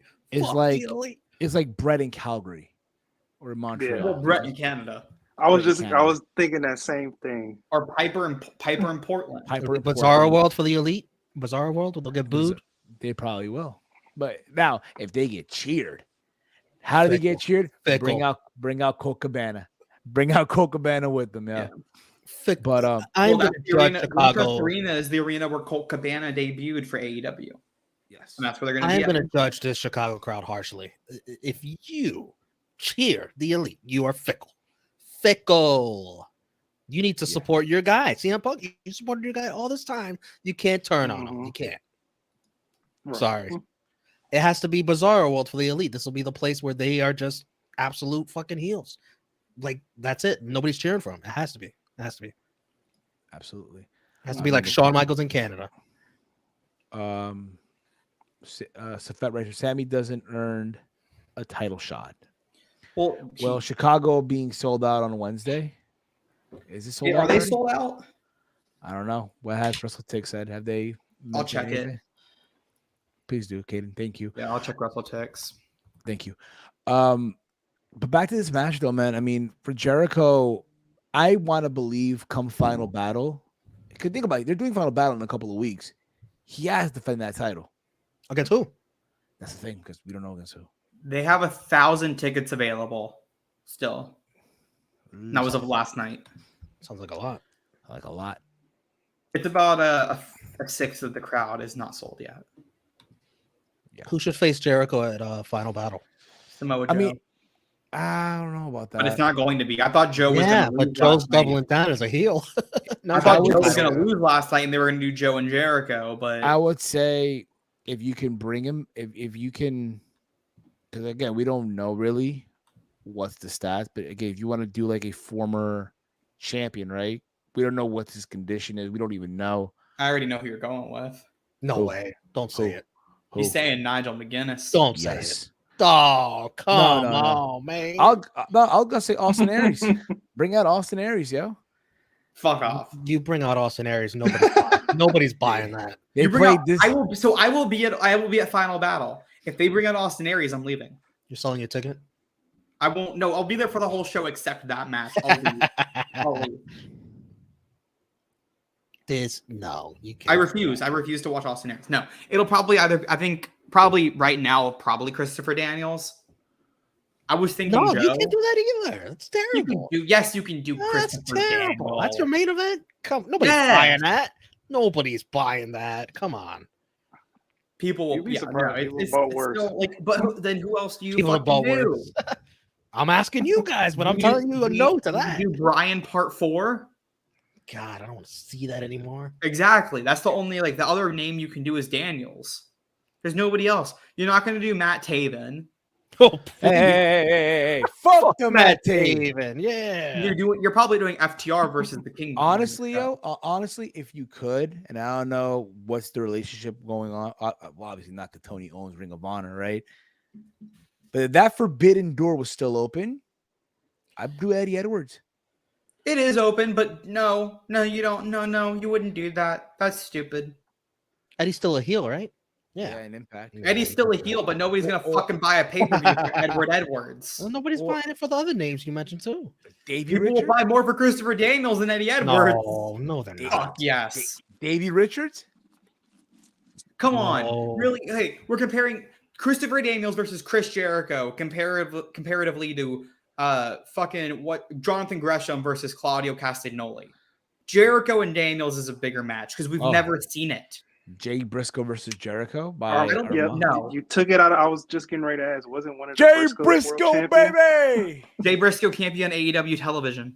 Ring of Honor TV though. It's Why ROH. not? It doesn't matter, but if you have to build that match on TV, so you can't do the Briscoes. I mean, Tony confirmed that he's not to allowed be- to use Jay Briscoe. to He be- said that on the media call. to That's be by fair, far the most interesting name that we've mentioned. to be fair though, didn't they build FTR in the Briscoes on Ring of Honor TV? They the didn't Briscoes show didn't anything on TV. Go Well, look. but they It showed nothing on TV. video packages online. I don't even think they show the video packages on TV. I'm pretty sure all the Why they packages. can't? Why can't So- they show them on TV? So Warner to give Brothers said they can't use the Briscoes. It's a Because- mandate. I know who it's because- going to be. I know who it's gonna be. because of something that happened years ago. It won't be Adam Cole. Adam I Cole. know who it's going to be. Who? Sammy Guevara. Sorry, I'm just Not, gonna not a deal with former it. champion though. It doesn't have to be a former champion. But I wouldn't mind that. I actually really liked Jericho and Sammy. They've never worked a match against each other, right? They've always been together in AEW since the very beginning. The only matches I think Sammy ever had without him were the Kip Sabian match, maybe another Fight for the Fallen that I can't remember, and then he Chris faced Hero. Cody before he joined the Inner Chris Circle. Hero, The rest of the time he was with Inner Circle or he was with Joss. So they haven't ever worked. And that was the first time they worked. And I thought they had really good chemistry in this four-way. So I wouldn't mind Sammy Guevara and Chris Jericho. I think it would be interesting. I don't hate Sammy as much as everybody else. I still like watching him in the ring. So I would actually really like that. I think the other one is you could go with Daniel Garcia and Jericho if you want to build that up in the next 2 weeks. But Garcia's still pure champion, though, right? he's still pure champion, so I wouldn't build it. I thought that was the move. I actually did think that was originally going to be the plan, and then they cooled off Daniel Garcia. He hasn't been on TV in weeks. He's been on Dark. He got relegated to Dark with 2.0 and trios. He's doing trios matches with fucking 2.0 on Dark. What are we doing? Tony fucked up Garcia. Garcia's a future star. That man was getting over. I like Romeo. I like that Romeo said Sammy versus Jericho Yeah, final it's battle. just the only thing is that it's it's heel versus heel. That's the only thing. Yeah. You got to do Anyway. who you make a baby face And- like. You Well, could let's do a move on. Bandito rematch. Nah, I'm good. I'm good. That Bandito match was that was It great. was great, but again, I'm good. PCO. No, PCO? no. Whoa, easy, buddy, easy, man. Listen. How old is PCO? 50. 50 something? Listen, in a couple of Jericho's years, that 51. in a few years, he'll be collecting Social Security. Okay, just let him be in peace. Okay, 54. all right. 6 more years from now, 6 more years, you'll be collecting SI. Okay. I said this a few weeks ago. I thought it was possible that Jericho could have actually. I thought this was going to happen for Orange Cassidy. Could do Minoru Suzuki. Oh, cause He was a former TV champion for 2 weeks, but he was a champion. He held that title for 2 weeks. That is true. He held it. That would be a good main event. You're onto something, Caden. You're onto something, Caden. I don't know what it is, but you're onto something. We're gonna see. That's why you're one of the up and coming youngest rising stars in pro wrestling media. Might be There's a lot of there are a lot of really good former ROH champions. It's like in the kitchen. You might have came up with a new sauce, man. I don't know what it is, but I still think it's probably Christopher Daniels. I think that's the most likely option. And I do think it would sell pay-per-views. I don't think just because it's never Dynamite. It's never happened. Dynamite. That's a Dynamite match. But the thing is that these two guys are 51 and 52, and they've never wrestled each other. Oh, that's gonna be a barn burner. Those 250. I think if he didn't. No, Daniels is still working good matches. Yeah, and Jericho is fucking great right now. You think if he didn't mess up his whole deal, you think they would have did Punk, like interchange like Cabana to AEW, Punk to ROH? I do think they probably could have done that. Could have done that once. Yeah, I think if Adam Cole was not injured, whoa, no, that's a name I haven't heard in a while. Not for nothing though. It would be a banger match. But he's not gonna. It won't happen. But he burned every fucking bridge he's ever had. I know. Punk and Jericho would have been fun. The other option is, I think it's possible they could do Wheeler Yuta because they've been kind of building that a little bit. Yeah, for some reason he's over it. So he's over as fuck. He got the biggest pop during Dark. Yeah, so which was crazy. Like, really, this guy got a big pop, yo. Well, he's really over. Yeah, he is. But this guy goes from losing the pure title to challenging for the ROH title. Yeah, but he lost the pure title because he lost it to Daniel Garcia, so it works. I'd like it. I think it'd be good. It'd be a really good match. Let's move on. All right. Yeah, I didn't give my thoughts on this match. This match was fucking awesome. This stole the show for me. This was my second favorite match. Almost my match of the night. Sammy stuff was awesome. I loved the finish. Jericho, I'm fine with him retaining. Okay. Yes. Okay.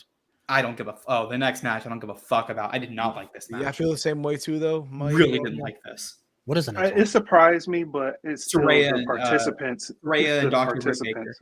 All right, so fair. Britt Baker versus Saraya. Here's the thing about it, okay? I am happy that Saraya is back. What up, Brandon World? How are you, buddy? You are? Also with you. I am happy that she's back. She was able to wrestle again after being gone. That's fine. But I thought the match was flat to me. This was hilarious. No, here's the thing, right? I think it was Saul Monster who said this on his show on Sunday. You have Britt Baker the week before cut this babyface promo, right? Babyface passionate about AEW, right? Her best promo of her career. Yeah, it was, without a shadow of a doubt. So it became a us versus them type of thing, and you had basically Saraya, who again is in this case them, right? Go over. And again, perception's reality. You basically said, okay, this outsider is better than our homegrown talent in Britt Baker. That's basically what you said here in this match. I agree with that to an extent, but it's also the totality of the situation. Yeah. Who knew that she was going to be coming back to wrestle? Who knew that anybody was going to clear her to wrestle? Well, Dr. Sampson did. He cleared it real quick. Yeah. Yeah, but I get what he's saying though. I get that. But other than that, I thought the match was just flat to me. Happy that she's back. She got it done. Great. Now we move on. I don't want to see her wrestling every week. I don't want to see her challenging for a title right away. You know that's happening. It will happen, but not right away. I don't want to see it right away. I don't need to see. Oh no, it's gonna happen. I want to see a title eliminator match now between Saraya versus so and so, and the winner gets a shot at James. I don't need to see that right now. It's know what's gonna happen, hilarious? but I agree with you as well. You know what's hilarious is that you're saying the things I said before this match was even happened. You know, I don't want to see Saraya wrestle. I don't. Like, you got your match. That's it. Good. Goodbye. But for some reason, I thought she did better than I expected. Which I expected the absolute worst, absolute trash. I thought she might even get hurt. But she survived. Granted, it wasn't great. Like what you're saying, it wasn't great, but I still think she did better than I anticipated. Now, and I don't like Britt losing to her. Britt is your star. She is your stud. She should be beating Saraya. So I'm hoping it's gonna be like it's probably gonna be like a best of 3 or something, right? This feud's gonna continue and escalate, and hopefully Britt comes out on top. I think the next thing is Britt versus Jamie Hayter for Revolution. So I would move past this and do something else with Saraya. And I just don't like Saraya beating Britt. Like, no, you gotta get your win. You know what though? Kane is onto something I thought Britt was going to win and just use ring rust for Saraya to lose. But I don't think Britt needed it, and I don't think Britt's gonna get the win back. But I think Kane, you're onto something though. And I'll get into it when I talk about the women's title match. I'll get into it a little more, but I think you're onto something though. You are. All right. Let's talk about big meaty men. No. So, Big Mike, what do you thought about the match, brother? Yeah, like Romeo said, man, she did better than expected. She was heavily gassed due to ring rust, but I totally agree with everybody. She doesn't need to wrestle every week. She doesn't need to be challenged. They said once a month. Once a month. Once a month. I'm down with that. Yeah. Don't do this every week. Don't gas her out. Don't expose her to injury. Don't no do AEW dark, like no dark elevation. No dark, no nothing. If you want her on TV, have her talk. I'll cringe 5 times out of 10 on that. Just whatever. The crowd was turning on her too. Like the crowd's there for Britt, right? They were. They were there for Britt. Crowds will always get behind their AEW originals over the WWE people coming in. That's AEW to a T. They've always done that. That's why they got behind MJF over Moxley. Yes. Well, speaking of AEW, and I commend that. I wanted to mention this earlier, and I completely forgot, but AEW to me feels like AEW again with the elite. Like for a time there, it was like something's off track here. Yeah, you need the elite for AEW to feel like AEW. It is so good to have them back. They make such a big difference. I'm sorry, I forgot to mention that earlier. AEW. I haven't minded where AEW's been, but it also feels like they're in a weirdly like the last 2 months. It feels like they've been in a really weird spot. It feels empty without them. They put so much investment into Punk. They don't have Punk. The elite were their guys. The elite and Cody. Those are the people you built this company around. You lost them, and then you still had Hangman, and then you lost Hangman. So now you don't even have any of the 5 guys that this company is built around. Then the other guy you threw in there, you don't have him in there anymore. So you still have you still have your pillars. Even though Sammy's getting turned on right now, at least you have them, and you still have Moxley, and you got Danielson, but you're missing the other people. Sheeta's not on TV. Riho's not on TV. Thunder Rosa's injured. The other people in this women's division that you built around. You don't have the elite. You don't have the House of Black. You don't have Adam Cole. You don't have Kyle O'Reilly. You're missing all of these guys. So I feel like that's this pay-per-view really started to set that up, right? You bring back the elite. You do some title changes that were much needed, I think. Like Hayter getting the belt was a great addition. I think MJF getting that belt was much needed, and you can finally give Moxley his vacation. You do some other little story things here. You give Jungle Boy a big win. Like I described it going in as this was a pay-per-view that needed to be very fan servicey. They needed to give you those like a Marvel movie, right? You needed to give the cameos. You needed to give everybody who was like gonna pop the theater. They did it. They popped the crowd. even when like the Elite didn't win, they still gave us satisfying stories. Yes, the most important part is, what does the E stand for in AEW? They are the heartbeat of Elite. AEW. They are the elite. The That is the most important part, and it felt like, I will say though, AEW felt like AEW again. I will say though, their new shirt's ugly as shit though. I haven't seen it. That new shirt, you ever seen it? It's selling. It's gonna sell. It's selling, but it's like, bro, it's so Let me look like. at it. I got you guys. AEW, shop AEW. Out of here too. We're talking about big meaty men now. Well, we'll get into just a little bit here. Oh man, Yeah, that match. I'll show I you that fuck shirt. with this shirt. I'll The show one you. that I see, where Just it's the like E on it. Just where it's E? it's the Elite, and then like it's like it's the Elite with the. No. I fuck with the one I'm looking at. I really like actually. No, this is the one I'm telling you about right here. This is the one I'm telling you guys about. Yeah, Tony Storm will probably get a rematch. I think probably like maybe Winter is Coming. You do the rematch. That shirt right there. Oh, I like that. I mean, I get why they did it because they are the elite. That's what makes the company heartbeat. It Yeah, just looks, I actually it looks the idea naked. that I really like. It just feels naked. Just the elite. Just like, come on. Hey, They you also take the just elite away. released, What do you got? You just got all in exactly. wrestling. In All case you're wrestling. wondering, they just dropped CM Punk shirts. Whether they removed it from the site or They just dropped them on the site. The live event exclusive CM Punk shirts. They just released them. Yeah, they gotta still, they gotta Make still some- make sell some money it. off They it. gotta make money. They Gotta were make like some a day money. ago. yeah. So Yeah, they were selling CM Punk shirts at the venue. So let's get into the big meaty men slapping meat, right? Let's get into it. So let's talk about it. We had Wardlow defending the TNT title versus Samoa Joe and Powerhouse Hobbs. Steve, before you get into it, I want to. You remember when we said that? I think it was that ladder match. I forget what ladder match that Powerhouse Hobbs and Wardlow was in, and they were in there by themselves. They was like, "That's the future." And then Stevie was like, "They ain't ready for this type of match yet. This ain't they type of match." This ain't the type of nope. It was not. Months later, you were correct.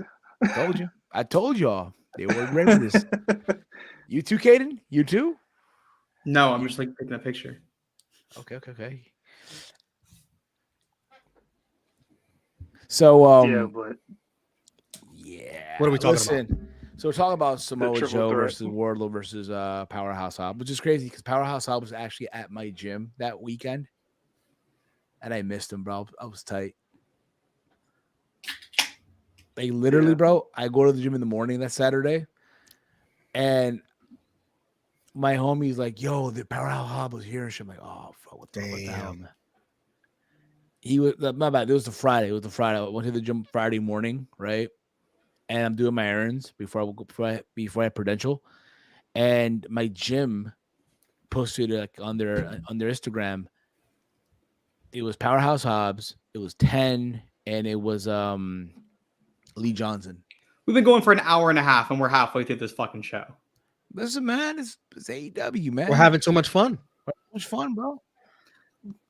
It's life, man. Sometimes listen, Steve's Kitchen. It's a long service, man. Long service, man. 5-course meal. We got customers coming I'll in. be back in a second. We got customers walking in. Got police coming in too for the service. Yeah. They get a half off special. They get half off fuck 12. for what they Wow. for what they do. Listen, man, they get half off special, man. That escalated quickly. You know what I mean? I'm spitting in their sandwiches. Well, Jeez. Katie go take the order, so you gotta get ready. Anyway, I'll be honest with you, man. This match for me, it wasn't it. I hate the fact that Powerhouse Hobbs was the sacrificial lamb in this match. I really, really did. But at the same time, that was a surprise. Who knew? They did nothing with Wardlow since winning that title. They've done nothing. He has been cold since MJF. right? I said this all along. If MJF's not going to hold his hand, Wardlow's going to sink in the deep waters. Now, He's not that good. I don't Sorry. think that's his fault though. They didn't give him shit. I know that's the thing about it. But if they did, would he carry it? I thought he did a great job versus Cage. That was like the peak example of what you can do with Wardlow. You just give him these big guys that you have. You didn't like with him. You didn't give him Archer. You didn't give him Cage until months in. You could have given him both the members of Gates of Agony. You could have just not done the tag team with Joe and just done a month or 2 month long feud with Samoa Joe. You didn't use Miro. You didn't use they used W. Morrissey leading in, but they could have done it again. Like they have all these guys, and Wardlow still works well with small guys. He's had good matches with guys like he's had good matches with Cody, good matches with CM Punk. I really liked the match he did with Orange Cassidy, but you didn't give him fucking anybody to wrestle other than he had the fucking feud with Smart Mark Sterling. That was his first fucking feud with Smart Mark Sterling and Tony Nese. Was the feud you did with this guy, and then you threw him in a goddamn tag team, and then you had him lose. Stupid team. Listen, man. W. Morrissey turned down a WWE deal just to be a guy, just to get dropped and beat up and shit on TV as part of the firm. And all I can say to that, man, The pretty firm much. fucking shit too. But basically, W. Morrissey turned down a deal from WWE to be part of this. And all I can say to W. Morrissey is, congratulations, you played yourself. Nah, he fucked up if he turned down a WWE deal, which I don't think he did. But I don't know. From what I heard, they offered him a deal and he said no. Anyway, listen, man. Here's what I guess you could do. I guess that final battle, Samoa Joe and Wardlow for the belt, for the that's TNT probably title. what we're doing. But now Samoa Joe is Joey 2 belts. I don't know. They've Samoa Joe should have been the guy facing Chris Jericho. They should have kept him a baby face. I don't like this heel. Joe didn't need this win. Powerhouse Hobbs needed the win. I hate this. Bingo. I really don't like this decision. Thank you. I hate it as soon as I saw it. I was my like, least favorite booking of the whole night. Absolutely. Mine too. Absolutely. All right. Crazy decision. Indeed, it was. We can all agree here that not the best decision at all. This is terrible. All right. I would have had this be for both belts and given both belts to man. Hobbs and merged the belts. But yeah, again, Ring of Honor is supposed to be his own thing, right? So, but it's fucking not. And until it is, you don't need two. There's too much ROH on AEW. You have a TNT champion, you have an All Atlantic champion, and you have a Ring of Honor TV champion, and you have a Ring of Honor Pure champion. You have 4 mid-card belts for 3 hours of television. This ROH stuff has been bringing AEW down. It really has. Yep, 100%. It better be a TV. It better be a TV deal next year to compete with Power Slap League. Power who? Power Slap League. Dana White's new show. Oh yeah, okay, yeah. It's gonna be on TBS next year in 2023. It's just a whole purchasing of ROH. Just you should have done a Vince McMahon thing and just put it on the shelf. We don't need it. ROH, let it die. Let it die. We got AEW now. Tony's too passionate for that. He's got to dangle it in your face and say, "Ha ha!" No, we don't need all that. There was him doing that right here. Remember that photo right there? Yeah, I remember that show when he came out and he said he purchased that. He was coked up that he was on the cocoa. Anyway, let's move on. Cause I know we went on this long enough, and I know again we got stuff to do. So let's power through this, okay? From there we had Sting and Darby Allin versus Jeff Jarrett and Jay Lethal. Oh, we could go through this quickly. Listen, I loved this match. Who cares? I don't care. Just for the nostalgia of 06 TNA.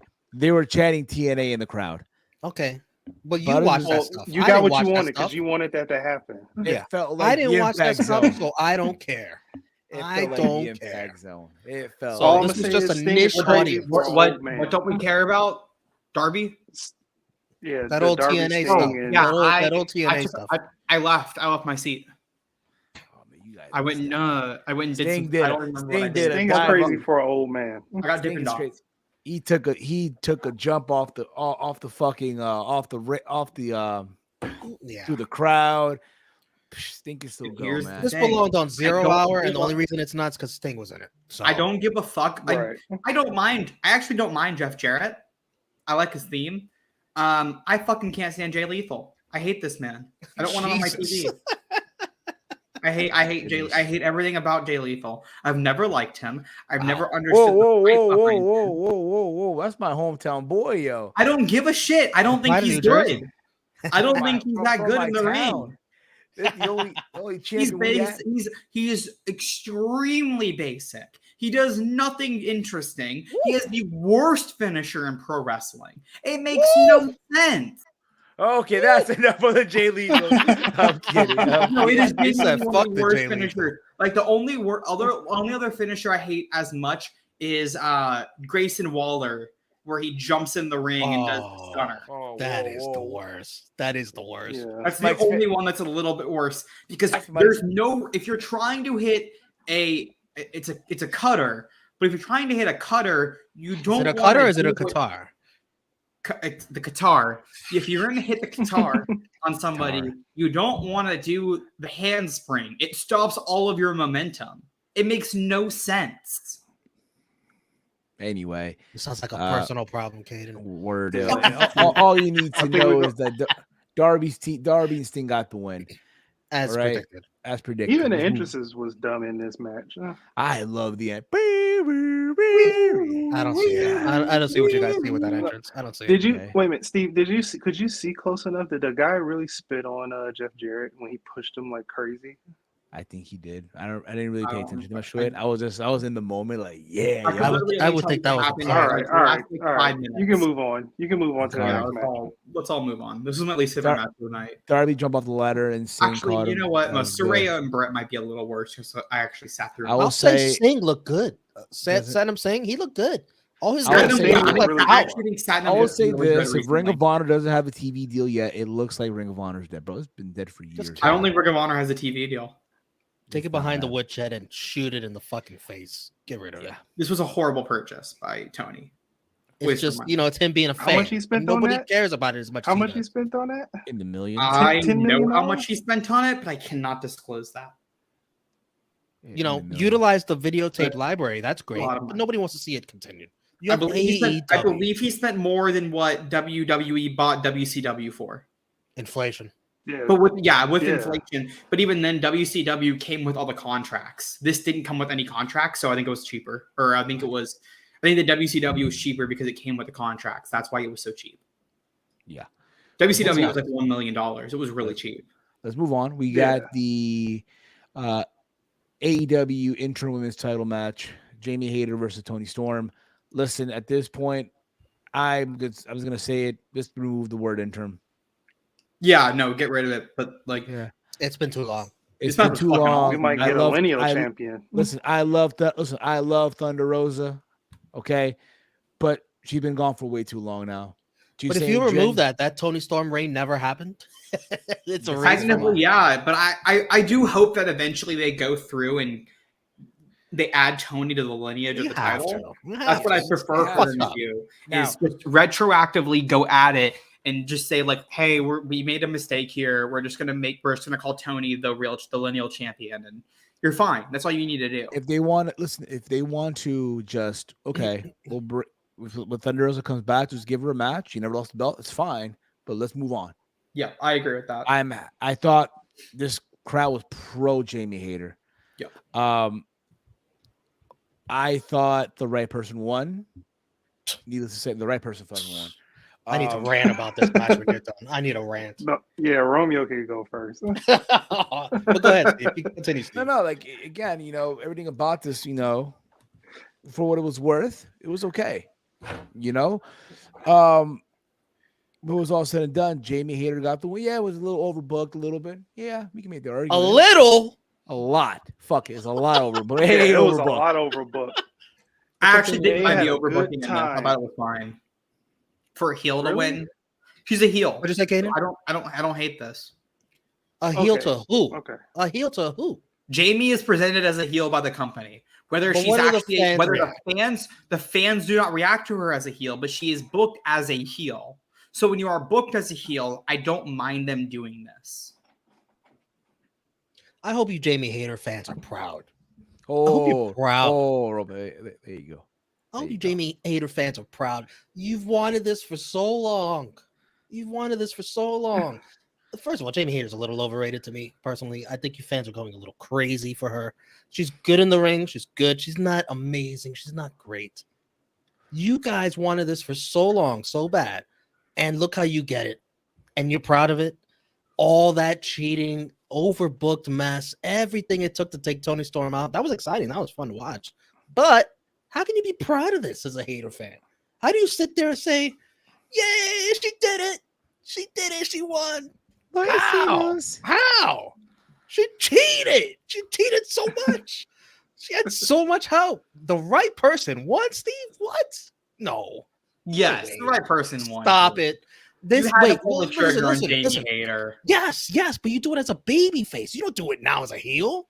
Well, You have her turn on Britt Baker, and here's then she I- hold on, let I me finish, let me finish, I let me finish, let me disagree. finish. I think this is very evolution. No. This is Yes. 100% an evolution. Triple H turn. doing this Where- to Jamie. Yeah, and then, Jamie's going to be on top of Rebel's shoulders. He's gonna, and then Britt's gonna give her the thumbs down, and that's gonna be the turn. First of all, you shouldn't bite it. You shouldn't bite it off like that. You shouldn't completely copy an angle like that and make it your own. The different, they won't do okay, that. so the issue is when else you have Jamie win, because Tony's the champ. Tony's a face. You weren't going to turn either of them. Like if you turn Jamie face, then you have to do the separation from Britt. So that's at least a 4. Well, first of all, they ruined it when they brought Saraya back. They completely just had her go back together with Britt, right?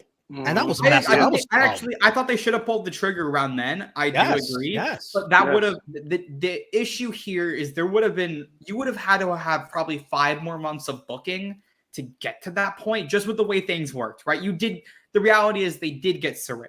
So when you get Saraya, you do the Britt match. Grandstanded everything for Saraya's first match. When you do that, then you can't really do the separation between Jamie and Britt. Yeah, you have to wait a little bit. You either and do for the what? Jamie match, And for what? And for what? Because Saraya's not that big. you either do the Jamie. You have at this point. You have to do the Jamie match. That was what everybody wanted. There's not really another option for Toni. That's her whole. Like I think that they were going to do Thunder Rosa. I think they thought Thunder Rosa was going to be back by now, and she's not. I think Rosa was supposed to be back by now, and that was the plan for Full Gear. And then she wasn't. They knew she wasn't, so they went with Jamie. And then it's the thing is, do you have Jamie lose, or do you say, all right, it's time to put her over? You could not have Jamie lose again because she lost the 4-way at All Out. She lost in May to Toni. This would be another loss. You could have had Britt mess up and Jamie cost Jamie the match. big ones. Jamie could not lose this match. You could have had Britt mess up, and that's what cost Jamie the win. You could have done that to keep telling that story. That's what you could have done. That would have pissed off Jamie all the fans. wins. It was supposed then to be a you big off moment. Everybody in that building who wanted to see Jamie Was win. this a big moment? All that cheating was that a? Did you feel got vindicated? a massive fucking pop when she won. I recorded. Well, that's that. on the fans. Then the fans are fickle. Then the fans, celebrate that garbage win. Fans did not give a fuck about her cheating. They don't care. They just wanted to see her win. MJF cheated, and they all fucking cheered for it. Ridiculous. Every fan in that building. Yeah, should but be a lot of ashamed people of didn't know themselves. that what happened was going to happen at the end of that match with MJF. But we'll get to that later. But when MJF got past the knuckles, the place fucking erupted with cheers. Kaden, we'll get there when we get there. Tranquilo. But I'm passionate about this stuff. I'll say this. Yeah, I'll say this. The match was good. I will say I wanted Hayter to win, but the way that she won, it was too much. It should have ended right after. Yeah. As soon as Britt Baker came out, did the stump on the title on Toni Storm, toss her back in the ring. She hits her finisher. Boom. I agree. They kept going. It was just like when the Young Bucks pulled out that spike Air Jordan 1 Dior SuperKick. And then they just kept going. You mean the Travis Scotts? You mean the Travis Scotts? No, it wasn't the Travis Scotts. It was the Dior's. Yeah, I hate the Tony kicked out of being curb stomped on the title and taking a pile driver. That is too much. I don't. If it was just like if you just did the curb and then Jamie goes for the cover and Tony kicks out there, that's fine. But once that pile driver is hit or she hits the short arm clothesline, then it's over. That was some John Cena, Roman Reigns, Charlotte Flair. I agree that it went too long. It should have ended right there. Yeah, it should have ended it after the interference. It was fun. It was exciting, but It was a really good Yeah. match. I really liked this match. This doesn't work for me, brother. And even like, while I didn't love the overbooked, it's like I didn't hate it. Like, it wasn't enough to like I see what drop you the did there. match down. I hated it. I see what I did there. Respectfully. Let's move on here, okay? By the way, Jamie Let's- Hayter is doomed. Just for the record, doomed. Okay, let's move on here, okay? From there, we go to the co-main event. The Acclaim, the Max It Caster. wasn't a and co-main Daniel- event. Well, the It was co-main second to event. last. Second to last. Penultimate. It was second to last. Porn bots. Where? Oh, Steve, porn you bots got in it. the You didn't put it on gotta do subscriber only? subscribers only. Come on. Come on, man. Come on, man. New private dating chat. Hey, bro, come on now, dog. Come on, man. Don't worry. Because sometimes you see what happens, y'all. It takes one bad noodle to ruin it all for everybody. See, sometimes in life, 69xxx.site. listen, man. Hey, I'm sure. I'm sure. You know, I'm sure. Hey, Let me talk about this match while you're doing this. While you're doing subscribers only. Go Listen, this is a good match. It wasn't. I didn't live up to number 1 or number 2. And that's okay because those were really, really fucking good. It's hard to top that. But my problem with this match is real simple. You got the pliers or the scissors or whatever you want to call it. It was too similar to what we saw earlier in the night with the hammer. You don't do those two things on the Let me same know night. now. Let me know how it's looking now. Let me know how it's looking now. I don't know. I mean, what we're am I not looking there, so I don't know. at? To me, it was too similar good. to what we You're saw good, earlier in the man. night. You're good. There he is, blocked. Now we You're are good. on Yeah. Goodbye. subscriber mode. Goodbye. That was my Yeah, problem you're with the match. Way too similar booking to what we saw earlier in the night. Yep. This time, although it was a little different in that Keith Lee was like, no, I'm not doing this. But So It's the same fucking thing. yeah, So if you're Mhm. so during the match, here's the thing about it. I They thought varied the refs a lot during this show. no, what took away from Yes. the match was the fans in the crowd. There was an altercation. That's nobody. no, that's that nobody's didn't come fault. close to the scissor plier That's thing. not the issue. Yeah. That's not the issue with this match. That Yeah. is not the issue with this match because I did not give a fuck. I was there for the first match. And if I you're was there for wondering the what I'm second talking match. about, I was this there is for the what third. happened. I This is did what not happened. care about this match. That was the That's issue. so bad. This is They what should have at happened least at added Prudential. FTR and done a 3-way. That's what happened at Prudential. If you're wondering. Yeah, it was just a guy being an asshole, and then they were like, "Stop being a dick." How was the guy Yeah, being an because we asshole? saw I don't We knew- know. we They were knew just something- I have no basically clue. all I heard him yelling is like he's just been an ass all night. It was a very toxic crowd. We've heard 3 instances where the crowd was just trash. Very, very, Yeah. yeah. and Causing Westside Gun problems. just wouldn't sit down. That's Jersey Oh, for you, that man. guy. I think it was that he Yeah, was Westside standing- Gun just he was kept standing the standing whole time, and they were like, "Just sit down."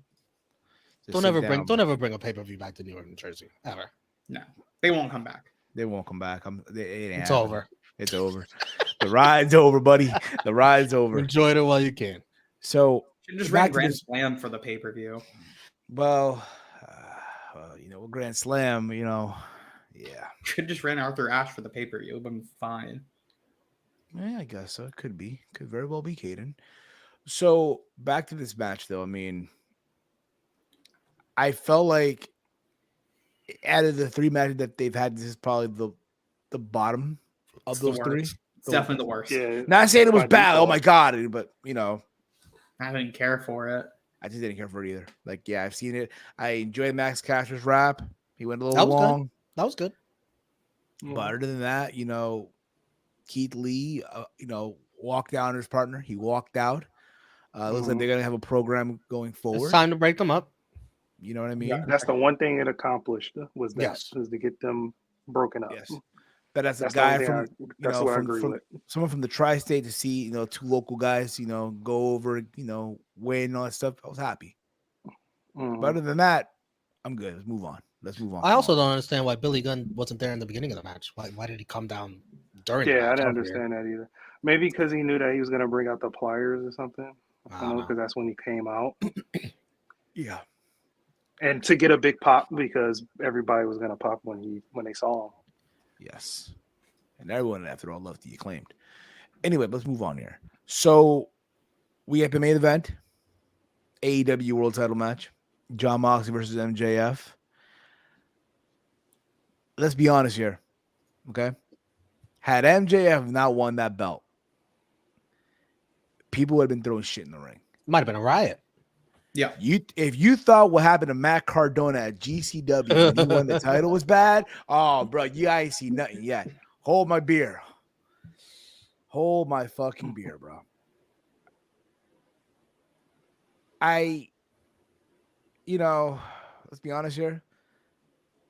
It was way overbooked near the end. Whoa. Not after what I saw in that women's match. No. Exactly. Yeah, it doesn't compare to that. It doesn't compare to I that, did but- not need 2 ref bumps. Yeah, I didn't need it either. I didn't need 2 ref bumps. Where is this energy for Hater Storm? Look, if it had just, my issue is that we saw it during both those matches. Yeah, that's bad. That's bad booking, Tony. That's too much. We had let's look at the amount of matches that we had ref interference during, right? Or we had dirty shit and the refs being incompetent. Half the refs card. The refs lost the key in Jack Perry versus Luchasaurus. Phoenix cheated in the best of 7 match. Yes. I don't know if anybody cheated, or the beginning of the best of 7. I don't know if anybody cheated in Jade versus Nyla. No. 4-way doesn't matter anyways. I don't think anybody cheated in Saraya Britt. The 3-ways, they used the title, but that's allowed. It's still cheating, though, just for the record. They had a no DQ, so again, bypassing the rules there. Overbooked in Jamie Hayter and Tony Storm. The refs were taken out again and acclaimed and Swerve in Our Glory because he could have used the pliers. And then 2 separate refs got bumped in the main event. Yes. I'm honestly shocked we didn't see the firm. That's what Crazy. surprised me the most, that they didn't interfere. So when it was all said and done, That too. William Regal comes out because MJ was about to use a diamond ring. And the ref, and it's out of nowhere, Regal slid over the brass knucks to MJF. MJF hits him with it. 1, 2, 3, and new AEW World Champion. Man of his word, MJF said he wasn't going to use the diamond ring. Man of his word. But didn't say anything about the brass knucks, yeah. I have so many issues with this. Well, first off, why would Regal stop him from using the diamond ring? Just to give him the knucks. What's the Because point? MJF said he wasn't going to use it. So, And after all, he did MJF say had the opportunity to use the diamond ring, and Regal said, "You better not use it." Regal could have just passed him the knucks right there instead of waiting for a whole other ref to get knocked down. So Regal, in this case, Regal and MJF are relying on the second referee to get knocked and not for another referee to immediately have come down and that they didn't have another ref just waiting on standby. Like the amount of that had to go into this planning to get to this point is my issue. The logic here is shit. I hated this ending. I did not like this main event whatsoever. wow. My least favorite AEW main event in a very long time. I did not like this. This is how I feel for the women's match. I wish you felt the same way for that. How you feel for the women's match is how I feel. I wanted MJF to win. I wanted I wanted an athletic match here. I'm fine with the interference at the end. 2 different ref bumps. That is overbooked. And for people who complained about overbooked and Logan Paul and Roman Reigns didn't have an issue with the overbooking here. How do you have the issue with the overbooking in that match? But when you come to AEW, you don't have that exact same issue when they do the exact same shit. Exactly what happens. You call it your match of the year. I feel like the women's match overbooking was worse. I feel like the women's match overbooking was worse. But listen, about this match, listen, I hate the idea of William Regal turning on Mox to help MJ. I hate it. I'm sorry. I know it's heel shit. Rest in peace, Blackpool Combat Club. What are you going to call it now? Cincinnati Combat Club? Awful. That was a Seattle, hard close on them. Switzerland, Philadelphia Combat Club. Yeah, terrible. Blackpool Combat Club? We barely knew you. We barely. They were here for It's over. 7 months. It's over. Yeah. I noticed that too. A lot of faction they break up way too soon. I'm happy for MJF. Jericho faction, they break up quickly. Yeah. I'm happy for MJF. Finally, I knew it was a ruse the whole time. Anybody who ever believed that MJF is going to be a baby face, what? What are you smoking? For me, What? it's not that I believe it. It's that I actually really wanted him to win clean. I thought it would have been a really good character. No, arc yes. for him. He could win clean. That's fine. I thought that was, I think the best option booking wise would have been to do it clean. But he needs Nobody to be a else heel. agrees with me. You can win clean, but you need to be a heel, though. That's my take. Yeah, I'm fine with you being heelish and still winning clean. Right. The issue was that they had MJF work babyface this whole match, which I also don't care for. I don't care about the one-sided matches in the main event. It was Moxley dominating the fuck out of this all match. I don't like that. If it's your main event and you have two guys who can work, Moxley and MJF can work matches. You saw it out of the Wheeler Yuta MJF match a month ago, that MJF is one of the best workers in ring in this company. He is phenomenal. You didn't let him do that. You had Moxley work this whole thing for 20 minutes. It was so slow. I don't like that type of match. But I think similar to what we talked about earlier, I think, maybe Mox takes a little break off. I think this is setting up another trilogy. He's going on vacation. He's gonna go on his. But he'll come back, and you can have more matches with Mox and MJF. You're You're gonna have some kind of hardcore match. You're gonna have that. It's fine to have more matches, and like I know a lot of people really loved this, and they just were like, "Oh my god, the storytelling is so good." I didn't think the storytelling was good. I thought it was and saying that was it was a WWE match, which is not my type of match. I don't like that style. I like athletics, and it's not that I hate story matches, because I think story matches can be done very well when you do them well. I did not think this worked well because I didn't think that most of the build was that good.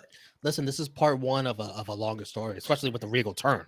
And they're gonna come back to this. It's fine, but I can't base it off of what's going to happen in the next 3 months. I have to base it off of what I saw. And what I saw was a disappointing main event that was an overbooked ending, did not psychologically make sense, because why would Regal wait for the second ref to get taken out to give him give him the brass knucks? There's so much going into that.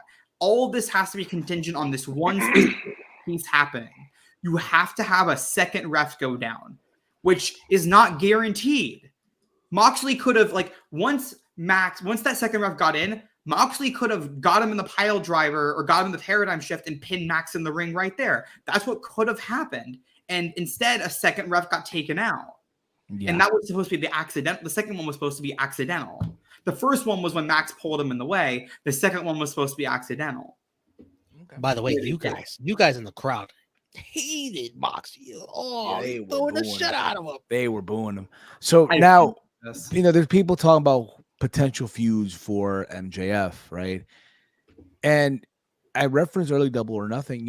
If they really want to think about it right now that he's champ, Wardlow eventually come on, hey, listen, I have one over you. You want to run it back at Double or Nothing? Yeah, if you want to ruin Wardlow further, because he shouldn't win that. That is, of course, if Wardlow gets some wins under his belt before we get there. You know what I mean? He shouldn't win though. He shouldn't beat MJF at all. I wouldn't mind them. I wouldn't mind them doing another Derby match. And like I said, I want that 4 pillars match. That's what I want. That too. However you do that, however you get to that, if you get MJF Derby on the way to that, what? Also, the captain. Sean Dean, he has a win over MJF. MJF owes his ass. He owes him. Exactly. He owes him. There's so many ways you can go about this. But listen, I don't know. Maybe MJF Mox is taking off for the holidays. Enjoy the holidays. Enjoy Thanksgiving, Christmas, New Year's. After that, they're going straight back to this. It's going to be, best of 3 or something. If you want to get his win back in a hardcore match, and I know people shitted on it on Revolution a year ago, but if you want to do that barbed wire massacre again, but this time do it right. I don't understand Regal's logic here. How's Regal going to explain himself? What's wait till Wednesday? That's all the questions. Is he advertised the questions they need to answer? No, but I'm pretty sure if anything, they'll open the show with that an explanation. Good luck explaining this, and then Blackpool Combat Club's dead. I don't know. Basically. Hate it. But that was Full Gear. That was Full Gear. As the show, again, it had its flaws, but I enjoyed myself. Again, I was there live with Caden. It pissed me off. I had a good time. Yeah, I went and sat with a friend for a little bit during the 4-way. So that was a fun time to sit with him. And then I got to hang out with Kylie from Overbooked for a little bit while like during the tag match. We both went and got food, so that was nice. I was with Steve, and then before, like all day, I was with Will Washington, Denise Salcedo, Sherry Delaware, Jesse the Buckeye. We were all, and then John Alba for a little bit. That's what's up, man. That's what makes things fun, you know, hanging out with your Yeah, friends. I think if I wasn't with everybody before the show, I would not have had as good of a day. But I had a phenomenal day. I got to sit in the room while Will Washington recorded Grapsody. You got to enjoy yourself in Newark, yo. And you survived Newark, New Jersey. Also, so let's a little current event stuff that happened over the weekend. So New Japan and Stardom did like their super show. I didn't watch it, but I saw the big breaking news right after at the airport during this. After Will Osprey defeated Shota Umino. Shooter Umino. I just call him Shooter, right? Kenny Omega popped up in the video, right? Talked in Japanese, talked in English, right? Fucking awesome. Fucking awesome, sitting in the throne. He called him a bunch of gaijins. Yes. So great. And then eventually this led to Wrestle Kingdom is going down. Will Osprey versus Kenny Omega for the IWGP US Championship. This is basically first match in Japan in 4 years. The reverse of Jericho and Omega. Now Omega's in the role of Jericho, challenging Osprey, right? Basically, when you think about it, right? Was that last Omega match? Was that with Tanahashi? Was that for the IWGP Heavyweight, not the US, right? No, the heavyweight title. Remember, after that he left because that's when Tana won the G1. He won G1 25. Yes, I think they're gonna go out. They're gonna kill it. You can feel they're gonna go out. What's the highest rated match ever? Believe I believe it's 7 stars. 7 for Osprey and Okada. Omega and Okada. This is gonna be 10 stars. 10. Probably so. They're gonna go out there and kill. Listen, when I saw this, I'm like, yo, get my blunt ready for January 4th, yo. I just might call out that day. You doing the watch along, bro? That day, you doing the watch along, guys? For this match alone, absolutely. I might call out that day. I might. It's gonna be a fun night. We'll have a bunch of Red Bull. 5, 6 a.m. in the morning. I'll join you. 5, 6 a.m. in the morning, bro. What day does this fall on? Wednesday. It's like Wednesday morning. Oh fuck, dude! I haven't watched a live Wrestle Kingdom in a while. It's Wrestle Kingdom into Dynamite. And then also, Kairi is now the first ever IWGP Women's Champion. Yeah, awesome. Good for Kairi. She was wearing her Kabuki Warrior gear. And now she will be defending the title against Tam Nakano. Fucking awesome match too. I mean, I'm happy for Kairi. I think also with there being talks of them having her defend that belt in the U.S. more than anything. She will. They already said she'll be defending it in the U.S. So again, she does have a name in the U.S. market. I understand, rightfully so. Let me say something quickly about the Omega Osprey stuff. Omega, that was a cold-blooded promo. That was so fucking good. And I loved Osprey's response on Twitter. He was like, save my company. Worry about saving your own. No, because you know what, bro? Because whether it's a work, but it feels real. Like these two guys, literally, bro, you can literally do a UFC countdown to this shit. Yes, you could. And it's like John Jones DC almost. Yeah, I like that comparison. It's fun. I can't wait. It's fun. If Chase hears, he might, Steven, what are you smoking, man? How dare you compare it to John Jones in DC? Man, fair enough. But still, you get what I'm saying, though. Also, yesterday, we lost the Green Power Ranger. R.I.P. Has this been confirmed by an outlet? TMZ, bro. Okay, I just didn't know if I had seen the confirmation. Yeah. Just the cause is not confirmed, Yeah. Which you don't have to get into that. I'm not gonna get into, but it's unfortunate. I grew up watching Power Rangers. Okay, to me, he was the best one to ever do it. Green Ranger, White Ranger, the best one to ever fucking do it. You know what I mean? So I also like the fact that people that worked with him over the years in Power Rangers posted a picture, gave their thoughts and all that stuff. So that was also cool to see. But again, man, rest in peace. Thoughts and prayer go out to the friends and family. I have a White Ranger sword back in Texas. I don't have it with me, or else I'd bring it on. But yeah, I remember David Frank was a big part of my childhood. Yeah, Maisu, bro. Maisu. Again, the best White Ranger, the best Green Ranger. If I had to pick between the two, I The best prefer Power Ranger, in my the opinion, best. of all Yes, time. the best Power Ranger. But people ask me, was he better, the green or the white? I say the white for me. Yeah, that's a tough choice, honestly. Because he did both great. He did both amazing. You know what I mean? But you know, I He also was like great- Dragon, he the was Dragon great Sword Red more than Ranger, whatever too. the White Ranger was. What was that? I like The White Tiger. I like the Tiger. flutes. You know that White adds to Tiger. it. But then But he I became love a the Falcon. talking White Tiger on the end of the sword. And then he became a White Falcon in the Oh, yeah. movie. When they went to the ninja swords, he became Yeah. a White Falcon. So Yeah. that's what I And remember. then he was Also, the Red Zero Ranger. He was the original Black Turbo. Dino Thunder Ranger. Then he was also the original Red Turbo Ranger, and then after that, he went away for a while. And after I stopped watching, so Yeah. there's that too. Yeah, you know. Also, Jade Cargill was also in the news. She got into it with Bow Wow. She got into it with Bow Wow. I guess a signing or something. I have the video here. No, it was a meet and greet for the was a Millennium Tour. Yes, I guess she was there. Like she showed up or something like that. And It's a work. Come on. I don't know, man. I don't. Yeah, Bow Wow's tweets have come across a little rapey. Have you read some of the shit he's written? Very rapey. I've seen some of their back. That and dude's a forth on clown Twitter. in general. Yeah. Well, I'm not surprised. So I have the video here. Shout out to Public Enemies for posting this video. I haven't seen this. So this is the video. Again, this is Make it bigger, Steve. Make it bigger. Make it a little bigger. Right there. There you go. Yeah. Watch Bow Wow easily be lifted. The two short chicks. Watch how easily he lifted the two short chicks. No, AEW posted it. AEW posted the link to the video. Now I want to believe this one here is Red Velvet, right? Or not Red Velvet, or Kara Hogan. Yeah. And the other girl, I forgot. Again, I'm not familiar with her. So yeah, respectfully. So I'm playing the video.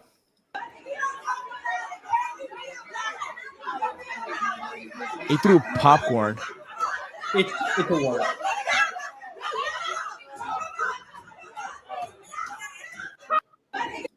Oh, that security guard he seemed happy to be carrying those two. You know it's a work when the AEW Twitter account tweeted about it and said Bow Wow and then added him as heated exchange with AEW star Jade Cargill. Security intervenes. They tweeted it. So what's gonna happen? Was Bow gonna wrestle Jade Cargill? Is that what we're doing? No, he'll probably get somebody in his corner. Yeah. He'll have somebody in his corner and Imagine. I'd rather see Jade just destroy Bow Wow, honestly. Now imagine, and it would. They could have Jade do like a power bomb or something. And this is what I'm saying. This is what I was saying about earlier. You know, you can tell that Tony sees the money in Jade Cargill. Yeah. She does interviews on the Breakfast Club where she talked about Bow Wow and all that stuff. So you can just tell where he sees the money. Yes, Britt's amazing, all the fuck you want, but he knows the vibe. He gets it. You know? Yeah, I understand, but I don't like the way Bow Wow's tweets have been. Yeah, neither do I. Neither do I. Very creepy. Very. It's just dumb. It started with him sliding in her DMs, asking her on a date, not realizing that she is with someone. The baby father, right? It's encouraging awful behavior. It is. And here's a guy who at one time used to make dope music. At one time, right? Debatable. Yeah, some of the songs hit. Let me hold you. I had three of his. There's one. I had his first three albums. I had three of his. That song he did with the song he did with "Out of My System." Out of my system. So done what you do to me. It's okay. Fresh as I'm is, and all right. Now you just going down the trash can. Okay, yeah, I guess. But still, I mean, it's crazy. It's crazy. Again, guys, respect the fact that she's with someone. Be respectful at the end of the fucking day. All right. Just saying. Okay. I'm just saying. Then again, moments ago, Romeo and Mike, like, let me see that Jade Cargill photo. So it's like, just Just don't go tie I on me. mean, we Okay? can't Don't- admire her beauty. I mean, that's not like I'm asking her on a date. No, I just As wanted long- to look, I just want to get a as long- closer look. as long as you don't go tie on me, okay? I don't want to hear a hear me out, okay? Listen, if you're trying to say that I'm as rapey as Bow Wow, it's not even close. Come on, No, stop. hell no. You're All right. respectable. You're a Thank you. respectable man. Yeah, We're all I'm respectable. not men. I'm not thirst trapping on Exactly. Twitter. Exactly. I've seen, believe me, I've seen some, woof, if you will. So I'll give you guys a little bit of updates. Around the point, we'll return back to its regular schedule on Friday. Mike's like, oh, please don't be Sunday. Please don't be Sunday. Friday, back to Friday. All right. We'll be doing our prediction for Survivor Series. Likely we'll be joining Romeo over on the Tru Heel Heat channel on Saturday for the watch along. Yeah. For the War Games. Yeah. War games. Yeah. War Games. And I then ain't got nothing Monday. going. Well, that's this Saturday, right? This Saturday, yeah. What time is Yeah, Ohio State, Michigan? What Hey, time we is got- that? That's what I said. I breaking- got to be in a good 8 mood p.m.? to do that. I don't know. We got breaking Depends. news. What's the breaking news? Oh, Uh, wait. You're the media guy. We have So- breaking news here. Here's Caden with breaking news. This connects with WWE Raw because you often see them in their show after. Todd and Julie Chrisley were sentenced to multiple years in prison for federal Really? financial They actually- crimes. Really? They actually got sentenced. How many years? Todd was sentenced to 12 years. Julie was sentenced to 7. Jesus Christ. Oh my. Yikes. Ms. Maurice, it's all on you.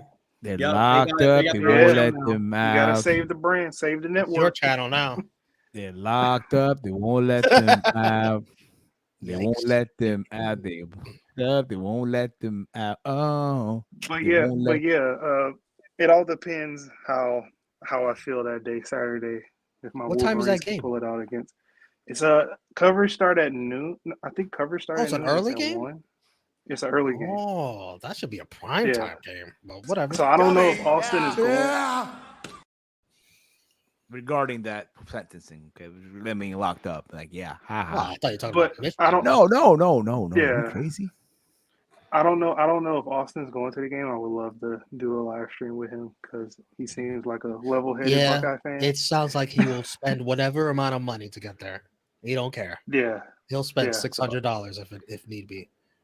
So there's it's that. cool. It's cool if he has to go, but I mean, I'll be watching. Hopefully, I won't have So- that many heart attacks. So that is the plan. So to give you guys an update. So Friday's our prediction for War Games, for Survivor Series War Games, which really creeped up on all of us, literally, for me at least, because again, I just came out of a pay-per-view. Now next weekend watching another one.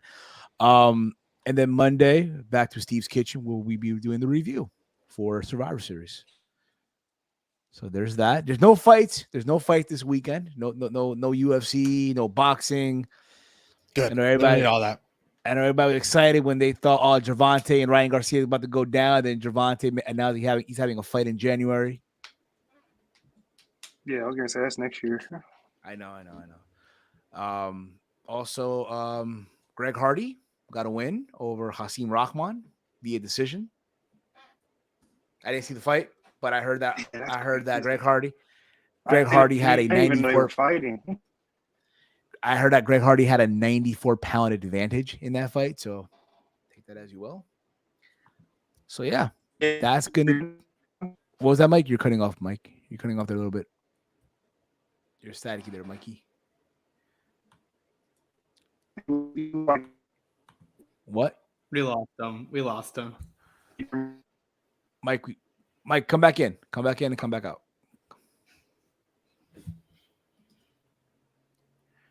Yeah, he's very staticky right now. He's very staticky. So there's that. Also, I felt like I had the best outfit at the show. If I may, I felt like I had the best outfit for full gear.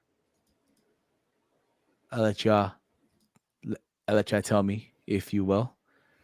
Oh, Steve want to show off his outfit. I guess you can make that argument. Right? Where's my? I wish I had my Stephen A. clip. That I'm here to tell you that we don't care. We don't care. Listen, man, I was weighing 322 pounds, man, early this year. So Yes. Oh, but congratulations on all that. But I don't care what you wore at Full Gear. I don't give a shit. There you go, man. Look at that, yo. You gotta think No, about it, yeah, right? Logan. If you're gonna wear, if you're Was gonna wear a bust grape in a fruit scarf, fight.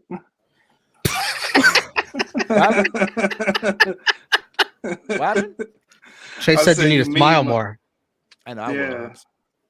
No, my thing is to listen, bro. I seen people wear the scarves at Rampage, and they wear it with their generic Bullet Club shirts and all that. It's cool and all, but if you're gonna wear the scarf, wear it right. Have the right outfit with it. You know what I Did mean? you tag MJF? Ask Nah, him how you hell no. look. He might flame me. I ain't about that life, buddy. I ain't about that life. Steve, when? What happened? When? When what? Like when? For what? The scarf, when? What you mean?